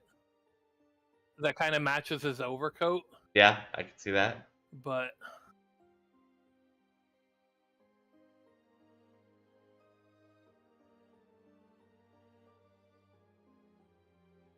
yeah, I'll make that decision later. But yeah, so you said you're gonna go over Yeah, death just rules waiting and that for kind of stuff. Hudson to get back real quick. Gotcha. Said break, and I didn't go on break. Yeah, you literally went on break when everybody else came back. Sorry. And then, are we gonna do like once we're done with this? Are we gonna do like a brief, just like because we've never done combat? So are you gonna do like a brief, like just like Yeah, we can go. example? Yeah, combat? we can go over it. I don't have like an example combat plan, but we can kind of use a character sheet and go over all that for sure. It could be like Joe Schmo Whoa. A versus. That's me. My name's Joe. So I hit character sheet. I So mean, this, true enough. I must have did something wrong because my evasion's still 9. You haven't equipped your stuff yet. It doesn't come equipped. Oh, okay. So I have to Hit equipment. equipment. All right, so the way that death works in this game, death is an important part of being an adventurer. And by the way, as a shared compendium, you guys have access to my whole book. So feel free to look up any of the game rules and stuff as you would like. But facing death is an important part of adventures, and having a character die can be an exciting end to a story, as well as an opportunity for a player to transition into something new. In Daggerheart, when you mark your last hit point, you must make a death move. So the death moves are a blaze of glory, and your character embraces death and goes out on a blaze of glory. Take one action at the GM's discretion, which critically succeeds, then cross through the veil of death. So your character is dead. You get one action that gets a crit, and for those that don't know, crit in this game is like, let's give an example that your character does 2d8 damage. So a crit would be a max die roll. So you'd have 16 off the bat, then you roll 2d8. So let's say you rolled a 10, so you get 26, and then whatever your plus is, so plus 2. So it'd be 28 damage. So you always get your max roll, plus then you roll, and then any bonuses. I feel like the only way So basically, so any attack that requires an attack roll. Yes. So, and the crit in this game, since it's 2d12, is any pair. So even if you roll 2 1s, that's a crit. Any pair any equal die on the 2d12 is a crit. I guess I understand why that makes sense, because that would be neither succeeding with hope Yeah. or succeeding And when with you fear. crit, you always get to mark a hope, and you get to remove a stress. remove the stress. Yep. Oh, okay, Mhm. that's nice too. So, and if you roll with hope, you just get to mark a hope. If you roll fear, that means the DM, even if you succeed, the DM gets a fear die. And the DM gets to do all kinds of fun stuff with fear die. This game was originally kind of listed as like a Care Bear version of D&D. I think combat is so much more deadly in this game than D&D. Like, that fear is no joke. That bouncing back, like when you roll fear, you're almost like, oh no, because you know that the DM is just going to come after you. And so you know how, like, there's no initiative. You guys can go whenever you want. Kind of.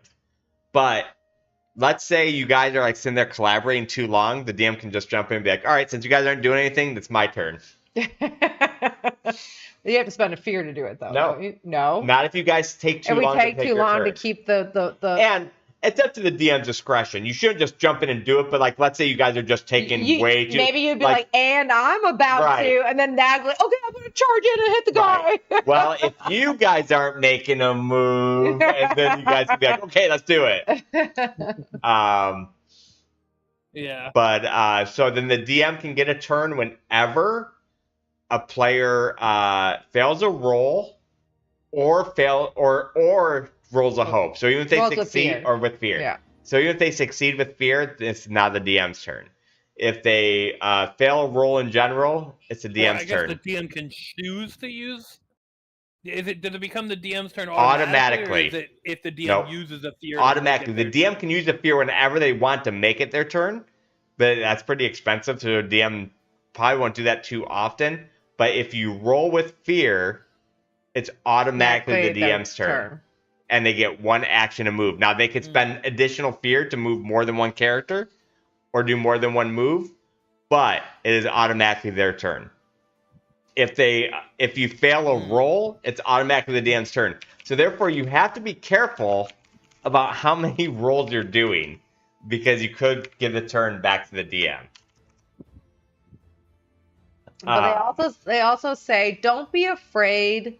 Like I read when I was reading the book, like don't be afraid of danger, because the whole point of a campaign of adventurers, you're gonna face danger. So don't be afraid to try to make a roll because you're afraid you're gonna give it to the DM back. And the one thing the book tells the DM is don't hoard fear. Like don't be a dick and just hoard fear so you can unleash it all at once. Like you should use your fear if you have it. But anyways, so that was the Glory of Death. And what I was going to say, with the Blaze of Glory, I feel like the only time I would use that option is if I know there's maybe only one hit point left, there's two of my party members, like say if you're playing a bigger party, two of my party members down, everybody's about TKP, that I will sacrifice my character to kill this guy. Or if you just actually hate your character. Oh, that's true too. Oh, this character sucks. Like, this character is the worst. What was I thinking? Let me just blow him up and make a new character.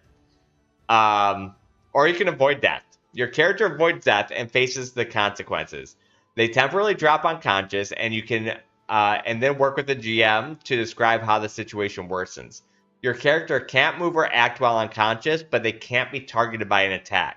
And they return to consciousness when the ally either clears one or more marked hit points or the party finishes a long rest.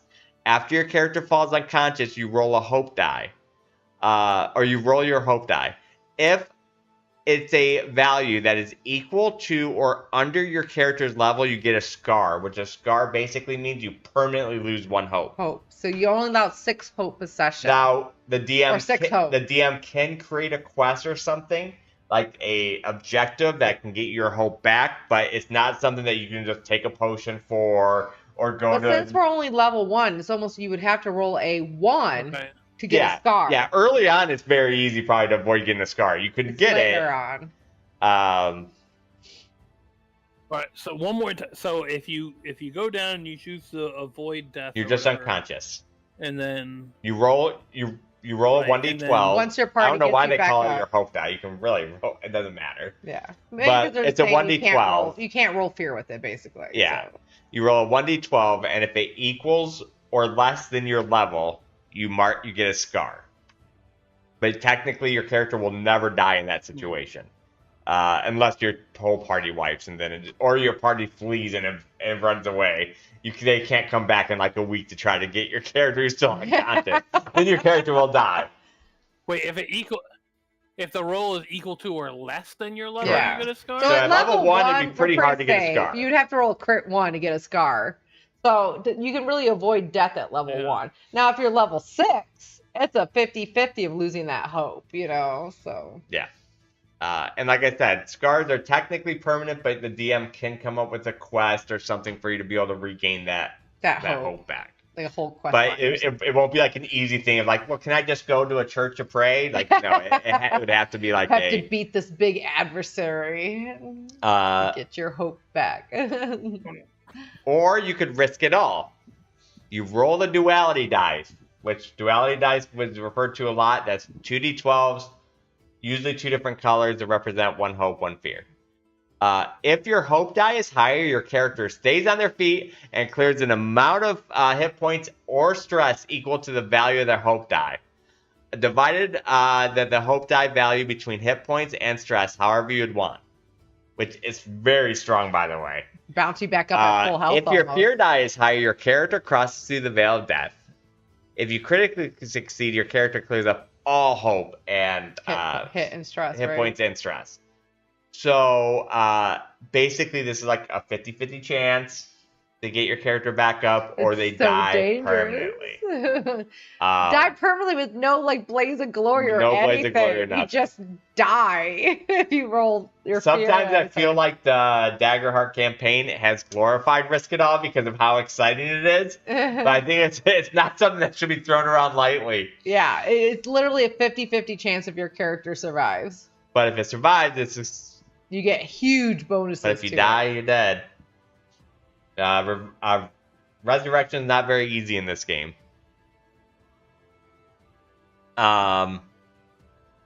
If you're a character. Yeah, it's like a level 10 Yeah. spell. Yeah, there's no like revival that you can just it's a big deal. But at that same point, you can always avoid death. So like it makes sense that resurrection. Like so many times harder to watching get. Age of Umbra, I felt like they were going to be wussing out by not risking it all because everybody kept risking it all, and they got freaking lucky. And then everybody gets like hype about it, and then like kind of like berates everybody for not risking it all, like pussy. Yeah. You know, like to me, the normal move should be avoid death. Yeah. That should be the normal move. Unless like you're about to have a TPK and this is like your Blaze of Glory moment, or instead of doing Blaze of Glory because you just die, it's like, okay, I'm gonna just risk it all because we're about to TPK, and it's either my character's gonna die or I'm going to freaking bounce back up with full hit points, full stress, and I'm gonna like beat this guy down. So if a player makes a death move that results in their character dying, they should work with the GM before the next session to build a new character at the current level of the rest of the party. And then scars. If you choose to avoid death, you might take a scar. If you do, cross out one hope slot. You can't use this slot anymore. The narrative impact this scar is up to you. For example, you might now bear a physical scar, a painful memory, or a deep fear. Scars are permanent, but can be healed at the GM's discretion as a downtime project. A reward for a quest focus on healing the scar or something that has similar narrative weight. If you ever cross out your last hope slot, your character's dead.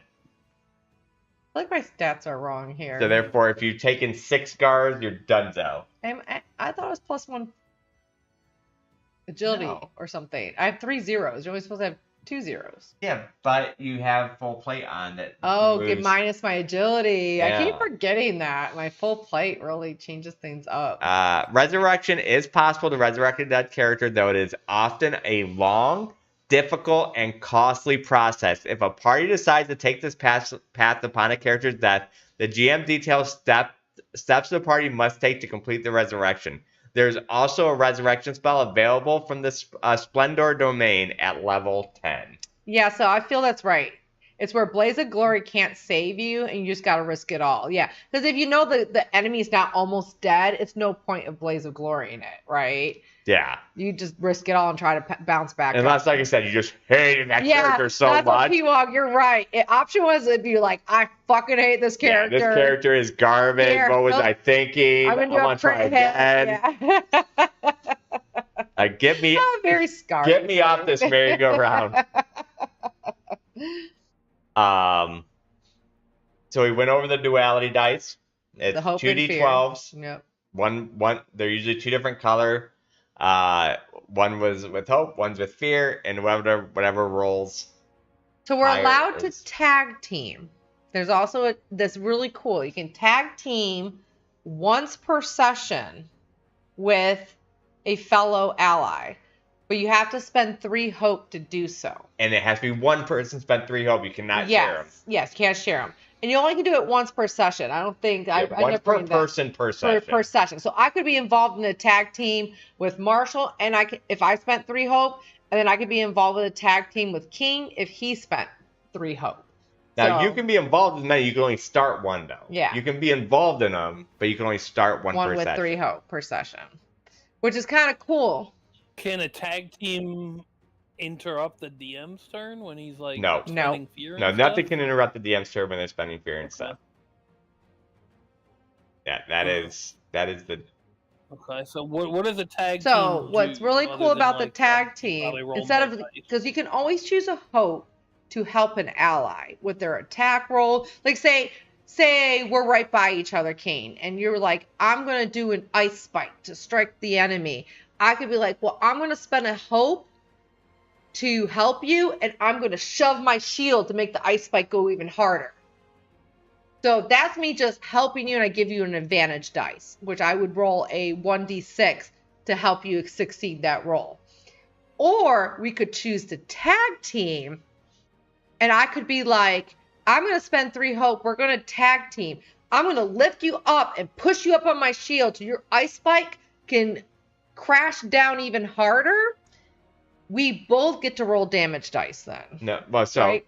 kind of. Okay. So, but then you both roll to see if you hit. Oh yeah, and you get to take the highest one or the one you choose. So, like, let's say you roll a 23 with fear and a 20 with hope. You're probably going to take the 20 with hope. That would succeed, and then we both then get to do our damage. And then you both do the damage. So essentially, it's like real advantage, and then both people do damage. Still, I thought it'd be like you throw with the whatever attack they want to use that makes sense. But you have to like describe how you're tag teaming or how what you guys are doing together to tag team this event kind of thing. So, or you can be like, I could lift up my shield and you're bouncing your magic off my shield. You have those chaos something, whatever you were saying. I could be like redirecting it to a better spot on the enemy. Like you could do so many different things with tag team, but you can only do it once per session. But you can always spend a hope to help an ally, and that just gives them advantage dice. Okay.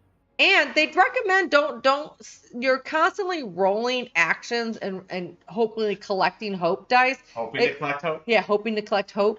And they say don't be afraid to use your hope, because the game is all about gaining hope, gaining fear, gaining hope, gaining fear. And it's like that teeter-totter of bouncing back and forth. So Yeah, I mentioned that. Yeah, so like if you roll with hope, if you can succeed with hope, you can succeed with fear, you can fail with hope, and you can fail with fear, or all the options. And hope is not, you do not roll with hope or fear on reaction rolls or group rolls that you're part of the group, not the leader.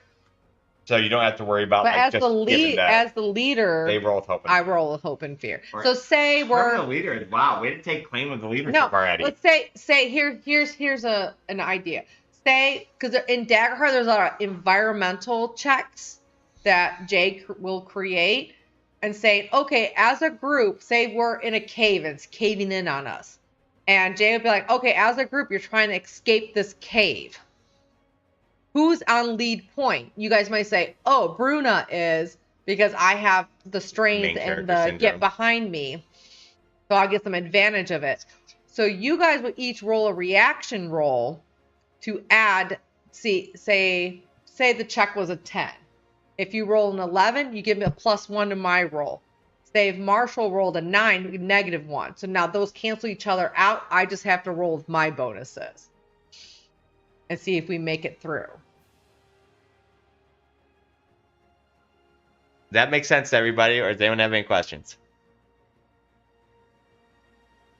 No, that makes sense. I get it.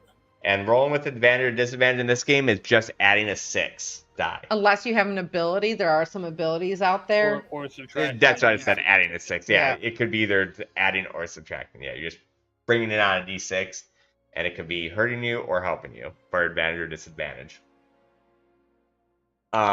So, another thing I wanted to bring up is I'm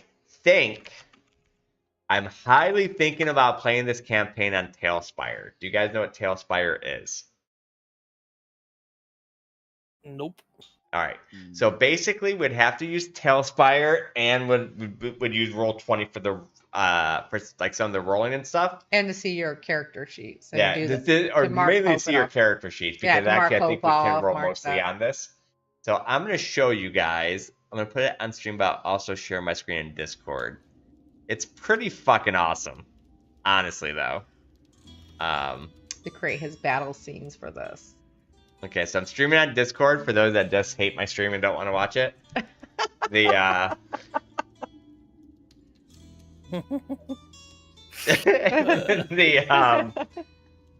so right now we have a bunch of stuff in here, so it's gonna take a while to load because we were just playing with it beforehand. Yeah, we were seeing what we could do. We were just playing with it. I'll pull up the stream, but then I'll also pull it up in Discord so it's not behind. You can put it wherever you want. I'm just trolling. It's okay if you just want to watch it in Discord. Nope, I'll do both. Damn right you will. Oh, this Dude, is fucking... it's amazing. And like, don't worry about the clutter. Sassy and I were just playing with it and throwing a bunch of stuff We were down. just playing a bunch of stuff down just to see how it looked. Like, it would be actually create. Oh, this is all Yeah, canon. this is exactly canon. What it looks like. So then like you. It looks like how I imagine Baldur's Gate if it was actually tile based. You can even, which this is on you guys. It's up to you. I'm not paying for it. You can even pay $7.99 to actually get your character on Hero Forge as an actual token to put in the game. So like, let's say, let me get a character token out. I'm still not great at using it. Yeah, he has to learn it. Yeah, this I'm week. gonna take. We weren't sure if we were going to use it, and we really. Well, because it's expensive. So I wasn't sure if I was going to use it. But it was on the Steam Summer Sale, so. But then we had to spend like $55 for character slots, so it's not cheap. But I think we're gonna use it because yeah, just too cool. we think it's gonna make the campaign look amazing on stream. It's gonna look amazing. Like the battle maps will look amazing. I just feel like it would make a nice, and it looks very fantasy based, which is a high fantasy campaign. So we're actually so like the look of like let's say like this is a character token. So you can literally, like when your character moves, you get to move your character token, and then when you go into the house, it literally erases the roof, and then you can use whatever angle you want, and then you can open the door. I can select if it's locked, if it's closed. You can literally bring him inside. Actually, I think he's too big to fit inside. Yeah. Okay. I was just about to ask. Does it does? Take into account yep, it's too big. Bruna wouldn't be able to get in. No. She has to break the wall some to get in. Yeah. So there's like all kinds of stuff I can do on here. So I'm thinking about using this, especially because the negative about this, like for let's say D&D, is there's like no automation. This is like our tabletop, and we're gonna have to use character sheets off of Demiplane. Off of Roll20, right? Or Demiplane, whatever. Yeah, Demiplane, Roll20. Show the map underwater. Yeah, but this is just visual. Essentially this is like if we were all playing at a table together, and I was very rich and had all the pieces, and then we like control it. Like you can measure it out, like here, like I think there's even.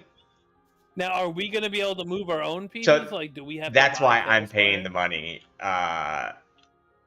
So if I spend the $55 to give everybody seats, you guys can control your own characters. So yeah. So do we you'll have to download it, but you it's on Steam, so yeah. I'm sure both of you. I don't know if it's like a friend copy or whatnot. I'm not sure. You guys both use PCs, right? Okay. Yeah. So yeah, could be. I play on a BlackBerry. I DM off of a Razer, so.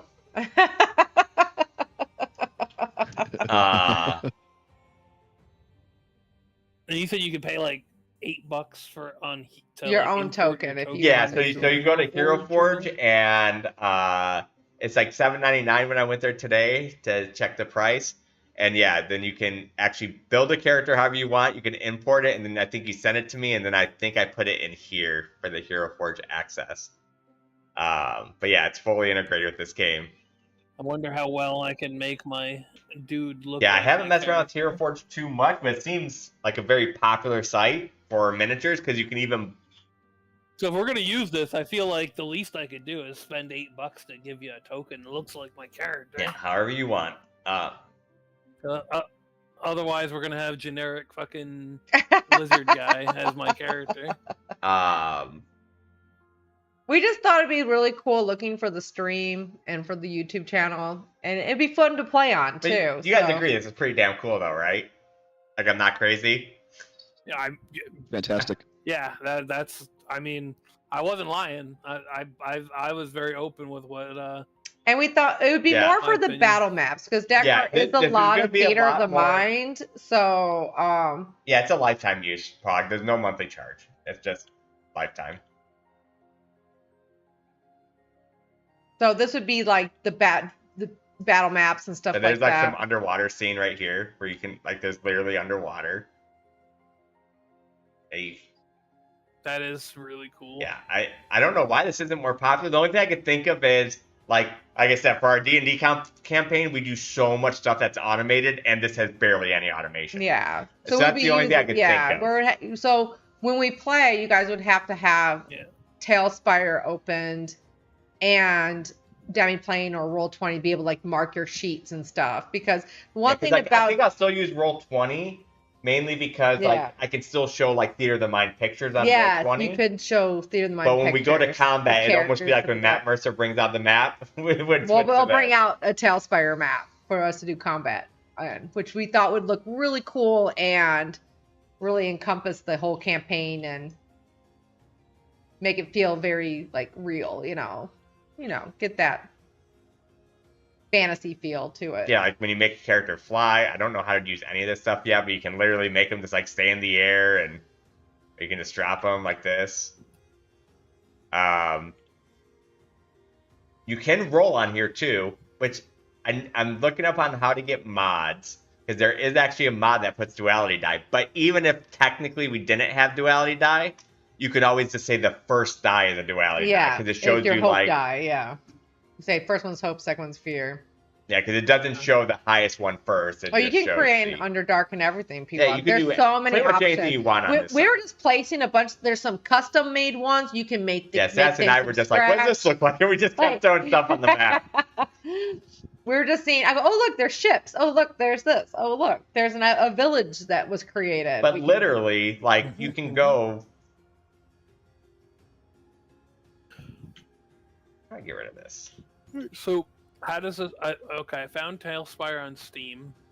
So do you have to like send me something that lets me download it or something? I have no idea. We have to research I'll all that. look it- Before we spent the money, we wanted you guys to be like, yes, this would be really Yeah, cool I wanted to use get like feedback before we spend the money. before on we it. spent the $55. So like, Yeah, but I don't know if it helps. I could also apparently buy it for just myself for $18.74 if that helps reduce. I the mean, cost. if that was the case, hypothetically, if you wanted to throw in, like, you could throw us $5 and you can get a slot. Like, you don't have to spend the whole money unless you want to own it, and then that will still get you the game. So it's up to you. But I'm just saying, you don't have to do anything. I'm not charging players to play. If you wanted to help, you can. If you don't, that's fine. If you wanted to buy it yourself to play around with it, you're welcome. the only to, thing which Jay gets you the said slot. was if you wanted a custom Yeah, I'm character not buying slot, your we characters. weren't going to pay that. if I buy it all right. So if I buy it myself, does that save you guys? I mean, no. Kind of. So it's cheaper for us to buy 5 slots at $55, so no matter what, that's probably what we'll pay, because technically it's $15 a chair. So the only way that would technically save money if the Marshall bought it for $15, but again, or like I said, you can just throw. Or We're not really that concerned about it though. We just want to make it a really fun campaign for everybody and yeah, have some whatever stuff. you feel comfortable with or want to do. I know you guys aren't concerned. Yeah, With that. I definitely don't want to make it about money, but So do you have a PayPal or something? yeah, it's on our stream. No. Okay. It's convenient.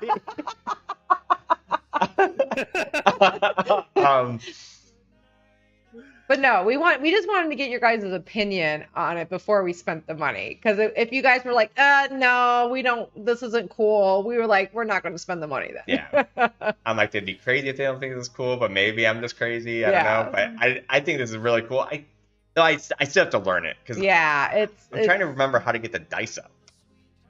Because technically, you can roll just directly in here. Yeah, you were rolling earlier to show No, me. I just don't know how to do anything on here yet. You're I'm gonna have to do watch a lot of. tutorial video if we choose to do this. I'm retarded. I don't see the PayPal on the screen. I'll post in Discord. Except if you want to, there's absolutely no need.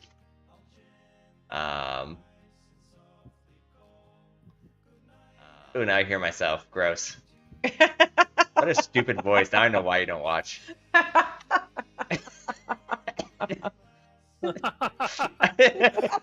Damn. Alright, I posted it in general. Abusing his own ego. Dude, I have no ego, man. I watch my YouTube videos all the time, like, ugh. I told him it's not that bad. We're from Michigan. We're a little nasally. I was We're a cracking little Sassy nasally. up the other day because, like, I was watching my YouTube video, and in my YouTube video, I said, unstoppable. And so it's like the most nasally northern, unstoppable. But, yeah, I don't know. I just think this would be a lot of fun to play with. We could do like ship battles. They have like, this ships. is literally an airship right here. Like it's a sky ship right there. How cool if we having like a battle on the sky ship. Yeah.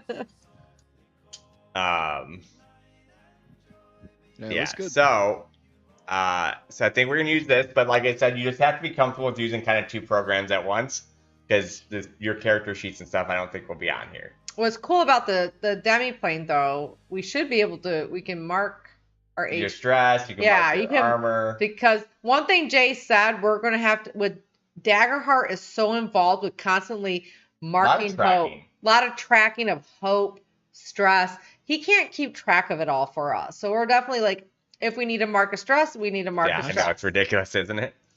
If we need to mark an HP, we mark an HP. Here's the dice. So like technically I could roll 2d12s and go like that, and just whatever is first would be hope. So this would be 21 with hope.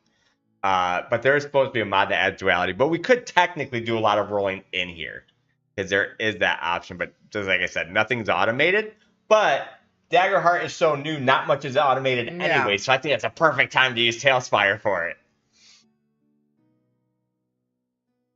I didn't realize I have 8 HP. Yeah, that's huge. And my thresholds are 10 and 19. That's crazy. Yeah, you are a beefy gal. Mind you, my evasion's only 6, so most likely you're going to hit me. Oh yeah, you're going to be hit. I have 6 armor, 10 and 19 for my thresholds, and 8 HP. And I have an ability where I can spend 3 hope to gain 2 armor back. Dude, look at this. So. I've never been in the ship before. I'm in the ship. Well, were you testing? Oh, that's how I friggin' do it. Okay, there we go. Now I see where I can change the amount. I randomly sent you guys $1. Thank you so much for the help, man. I really do appreciate it. But seriously, Kane, like we're not like we just wanted to make sure we have a fun time with this campaign, and it's fine, man. You guys have already spent a lot of money on other stuff as well. Aw, so. Thanks so much, dude. Really, really appreciate it. There you go. It's so kind. Should have been one. Yep, yeah. There you go. Yeah, really appreciate it. Like I said, you didn't have to, but yeah, it does go a long way because we do spend a little bit. I told him this is an expensive hobby. It's our expensive hobby and passion project. So, and we just really enjoy playing these games with you guys. So yeah, and we appreciate you. Just whatever you do, Sassy, don't let him look at Warhammer. Don't let him look at Warhammer. Yeah, Warhammer miniatures. Oh, yes, no. I've already said no because one time he'll be taking a mortgage out on the house. One time he said, "Hey, wouldn't it be cool if we paint our own miniatures?" I said no. Yeah, and then I made the other suggestion that we should get into Legos. And I we said, looked at the price of no. Legos. It's like, oh my god. Legos are expensive. Yeah, Legos is pretty expensive. Dude, I wanted one Millennium Falcon. Was it $160? Yes. I was like, no. Yeah. All that path. Other crazy things. You get a vintage commander and spend a couple grand on one deck. Insanely expensive. I can't believe it. Or vintage magic, rather.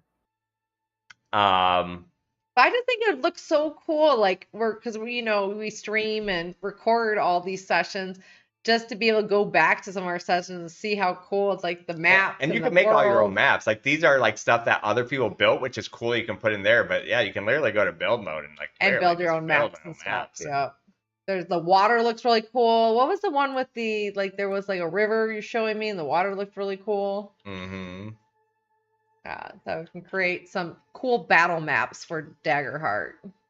Yeah, so I can always get custom stuff, or I guess there's a pretty big like modding scene and stuff. So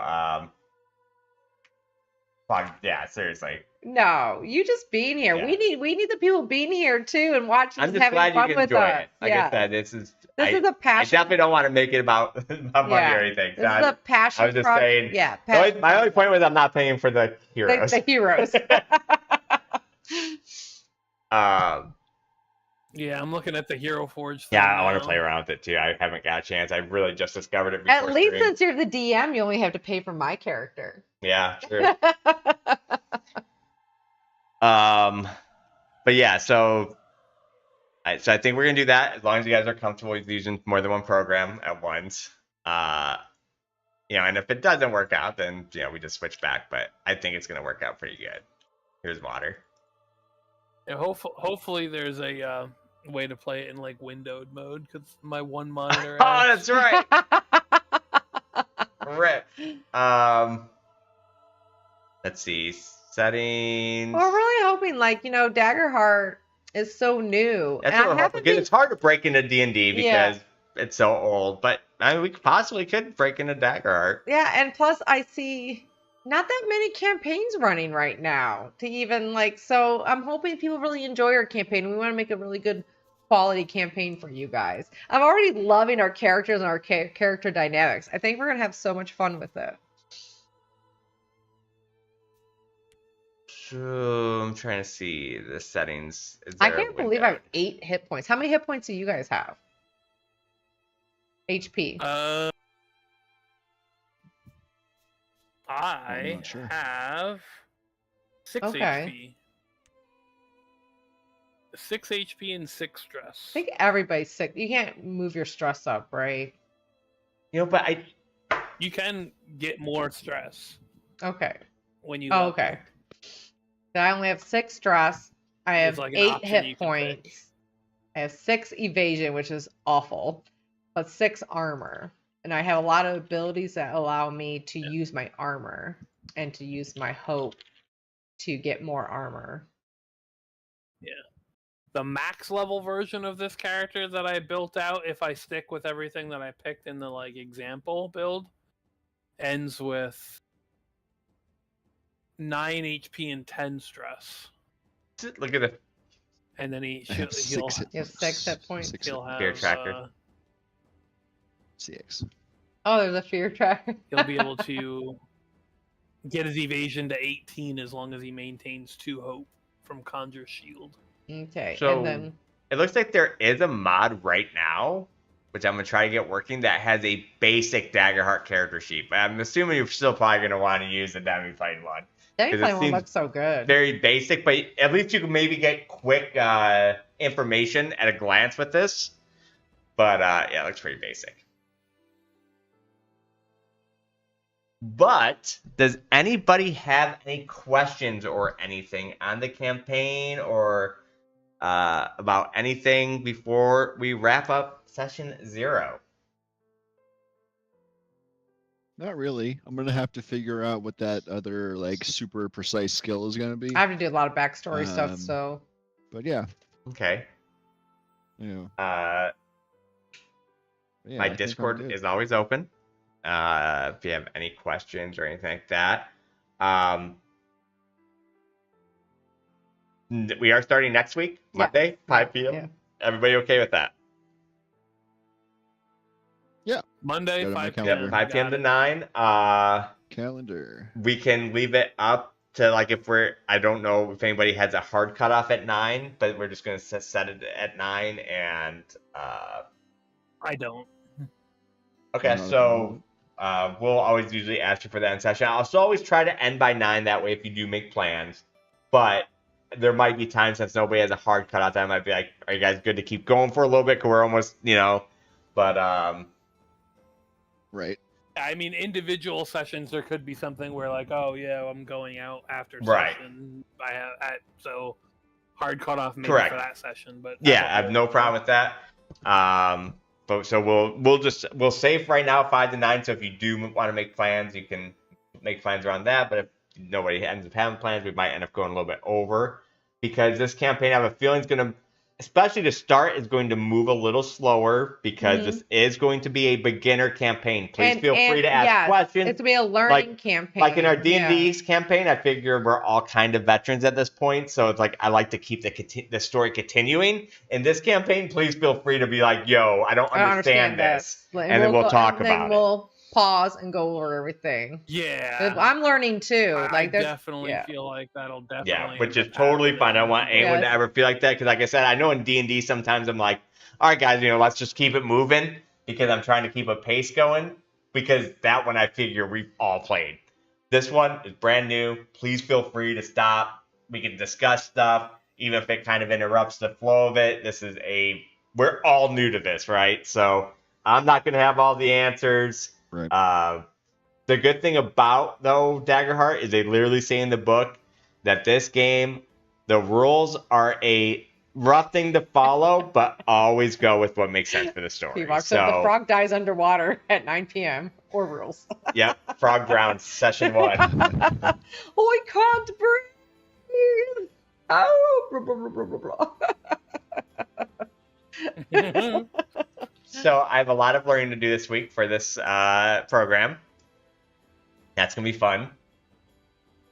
But it'll be a good time, because it just seems like a fun program. I mean, I'm pretty much always around right now, so if you need me to like log in and like test something with you, just hit me up on Discord. Yeah, that probably will happen then.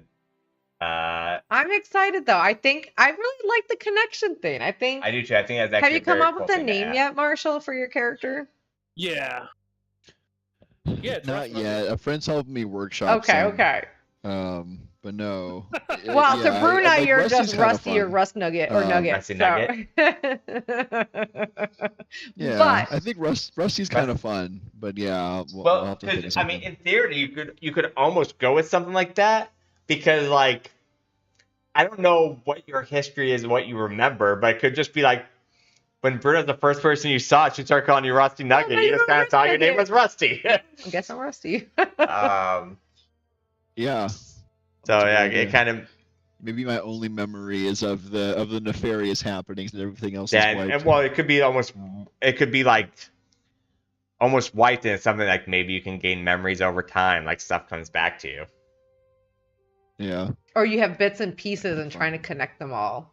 Because you might remember that you came from a highborn family or whatever. Like. Yeah. Or you might go to sleep one night, wake up, murder Hobo Terminator, and kill everybody. You don't know.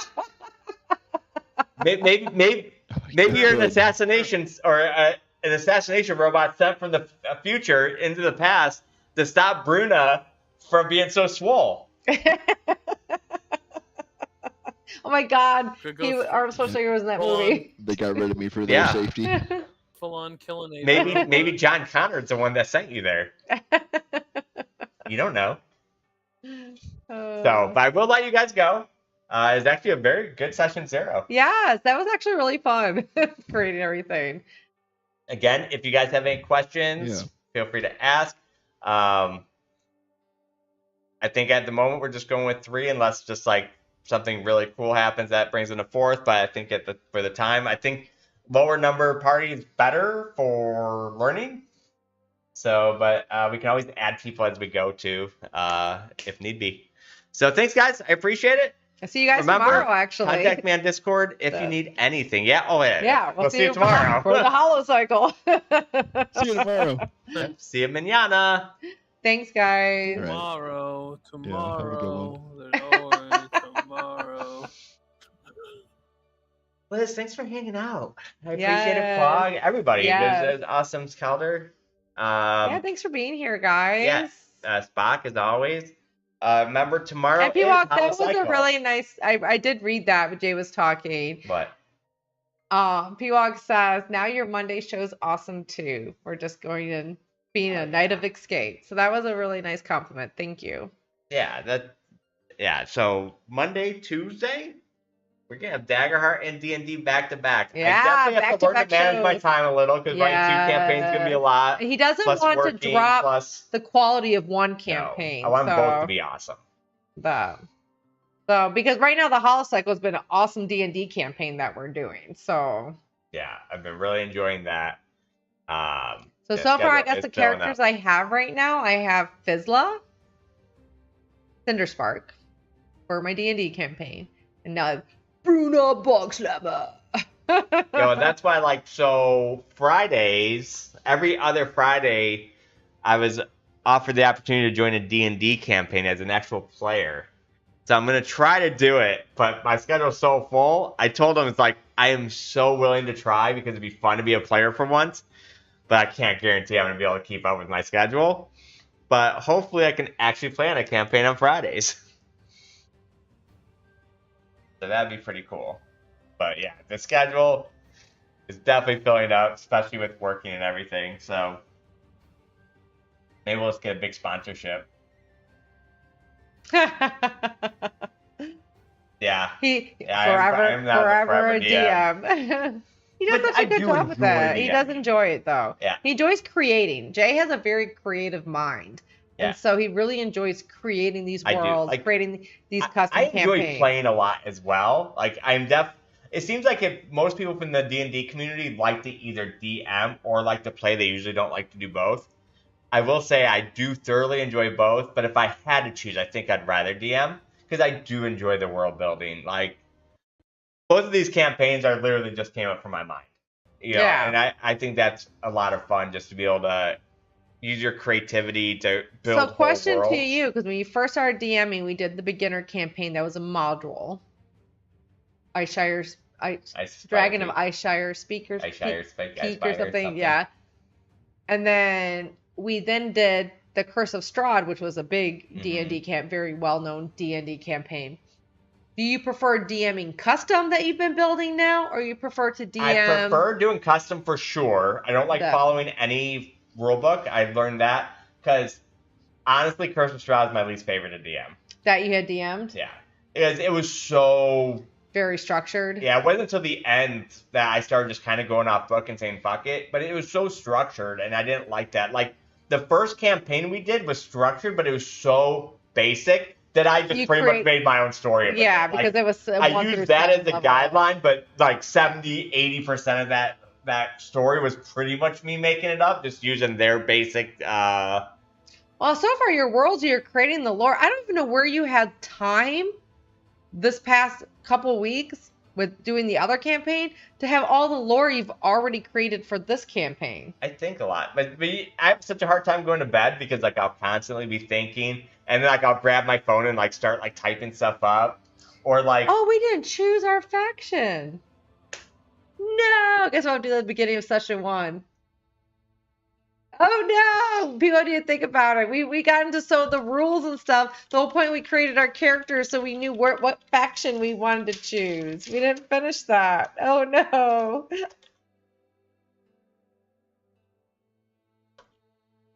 We were supposed to pick who hired us before session 1.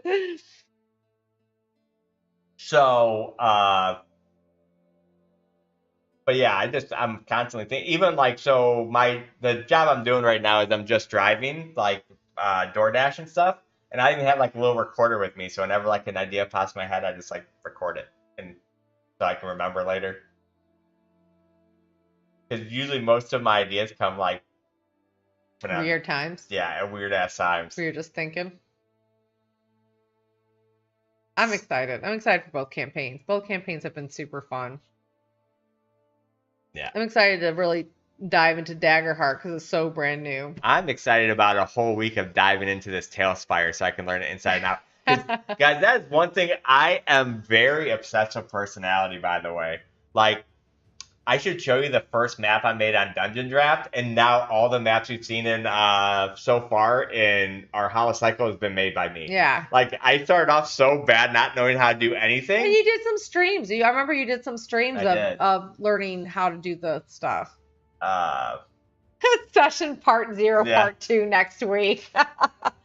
Well, was there anything else you were planning to do, or we were just picking a faction? just picking back. And that was the last Session 0. No, I'm just saying. I knew you had a layout. I think that's of pretty much it. Once So, we built, but this week, I need to make a layout because, like, our layout for D&D won't work for this one because I want it to be more colorful, almost like this one, how it has like Yeah, the sky high and the fantasy, cloud yeah. and the definitely because we're using tail spires. It's very colorful, and like this is gonna be a very high fantasy, colorful type. So I can't use the campaign. same one as that. So I need to make one of those. I need to learn Tailspire. I need to finish writing episode 1. I need to play tomorrow and then get episode 7 written. I need to go to work. I need to sleep. I need to eat. Who needs sleep? Who needs sleep? But like I said, though, I complain in jest, but this is fun to me. I really enjoy this. So You're a very dedicated GM. Thank you. yeah, I am very obsessive about getting things right. So, but anyways, guys, I'm gonna wrap it up. I am hungry. I'm gonna go get Blue some water. Done. I'm gonna go get some ice cream from Culver's. Nice.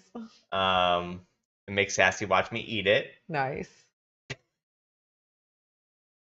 And we'll see you guys tomorrow. Yeah, it's for the Hollow Cycle. Hollow Cycle. Part 5, 6. No, part 6. 6? Part 6. Yeah, we're continuing the battle. Doing the battle in That was supposed to be really Fizzla's easy. Cinder It Sparks. just went so wrong. long lost home of her cave system, the Ember Sea Cave. So, Yep. oh, right. Ember Sea Enclave is called. So, Love you all. We'll see you Yes. tomorrow. peace. Peace. Bye, guys.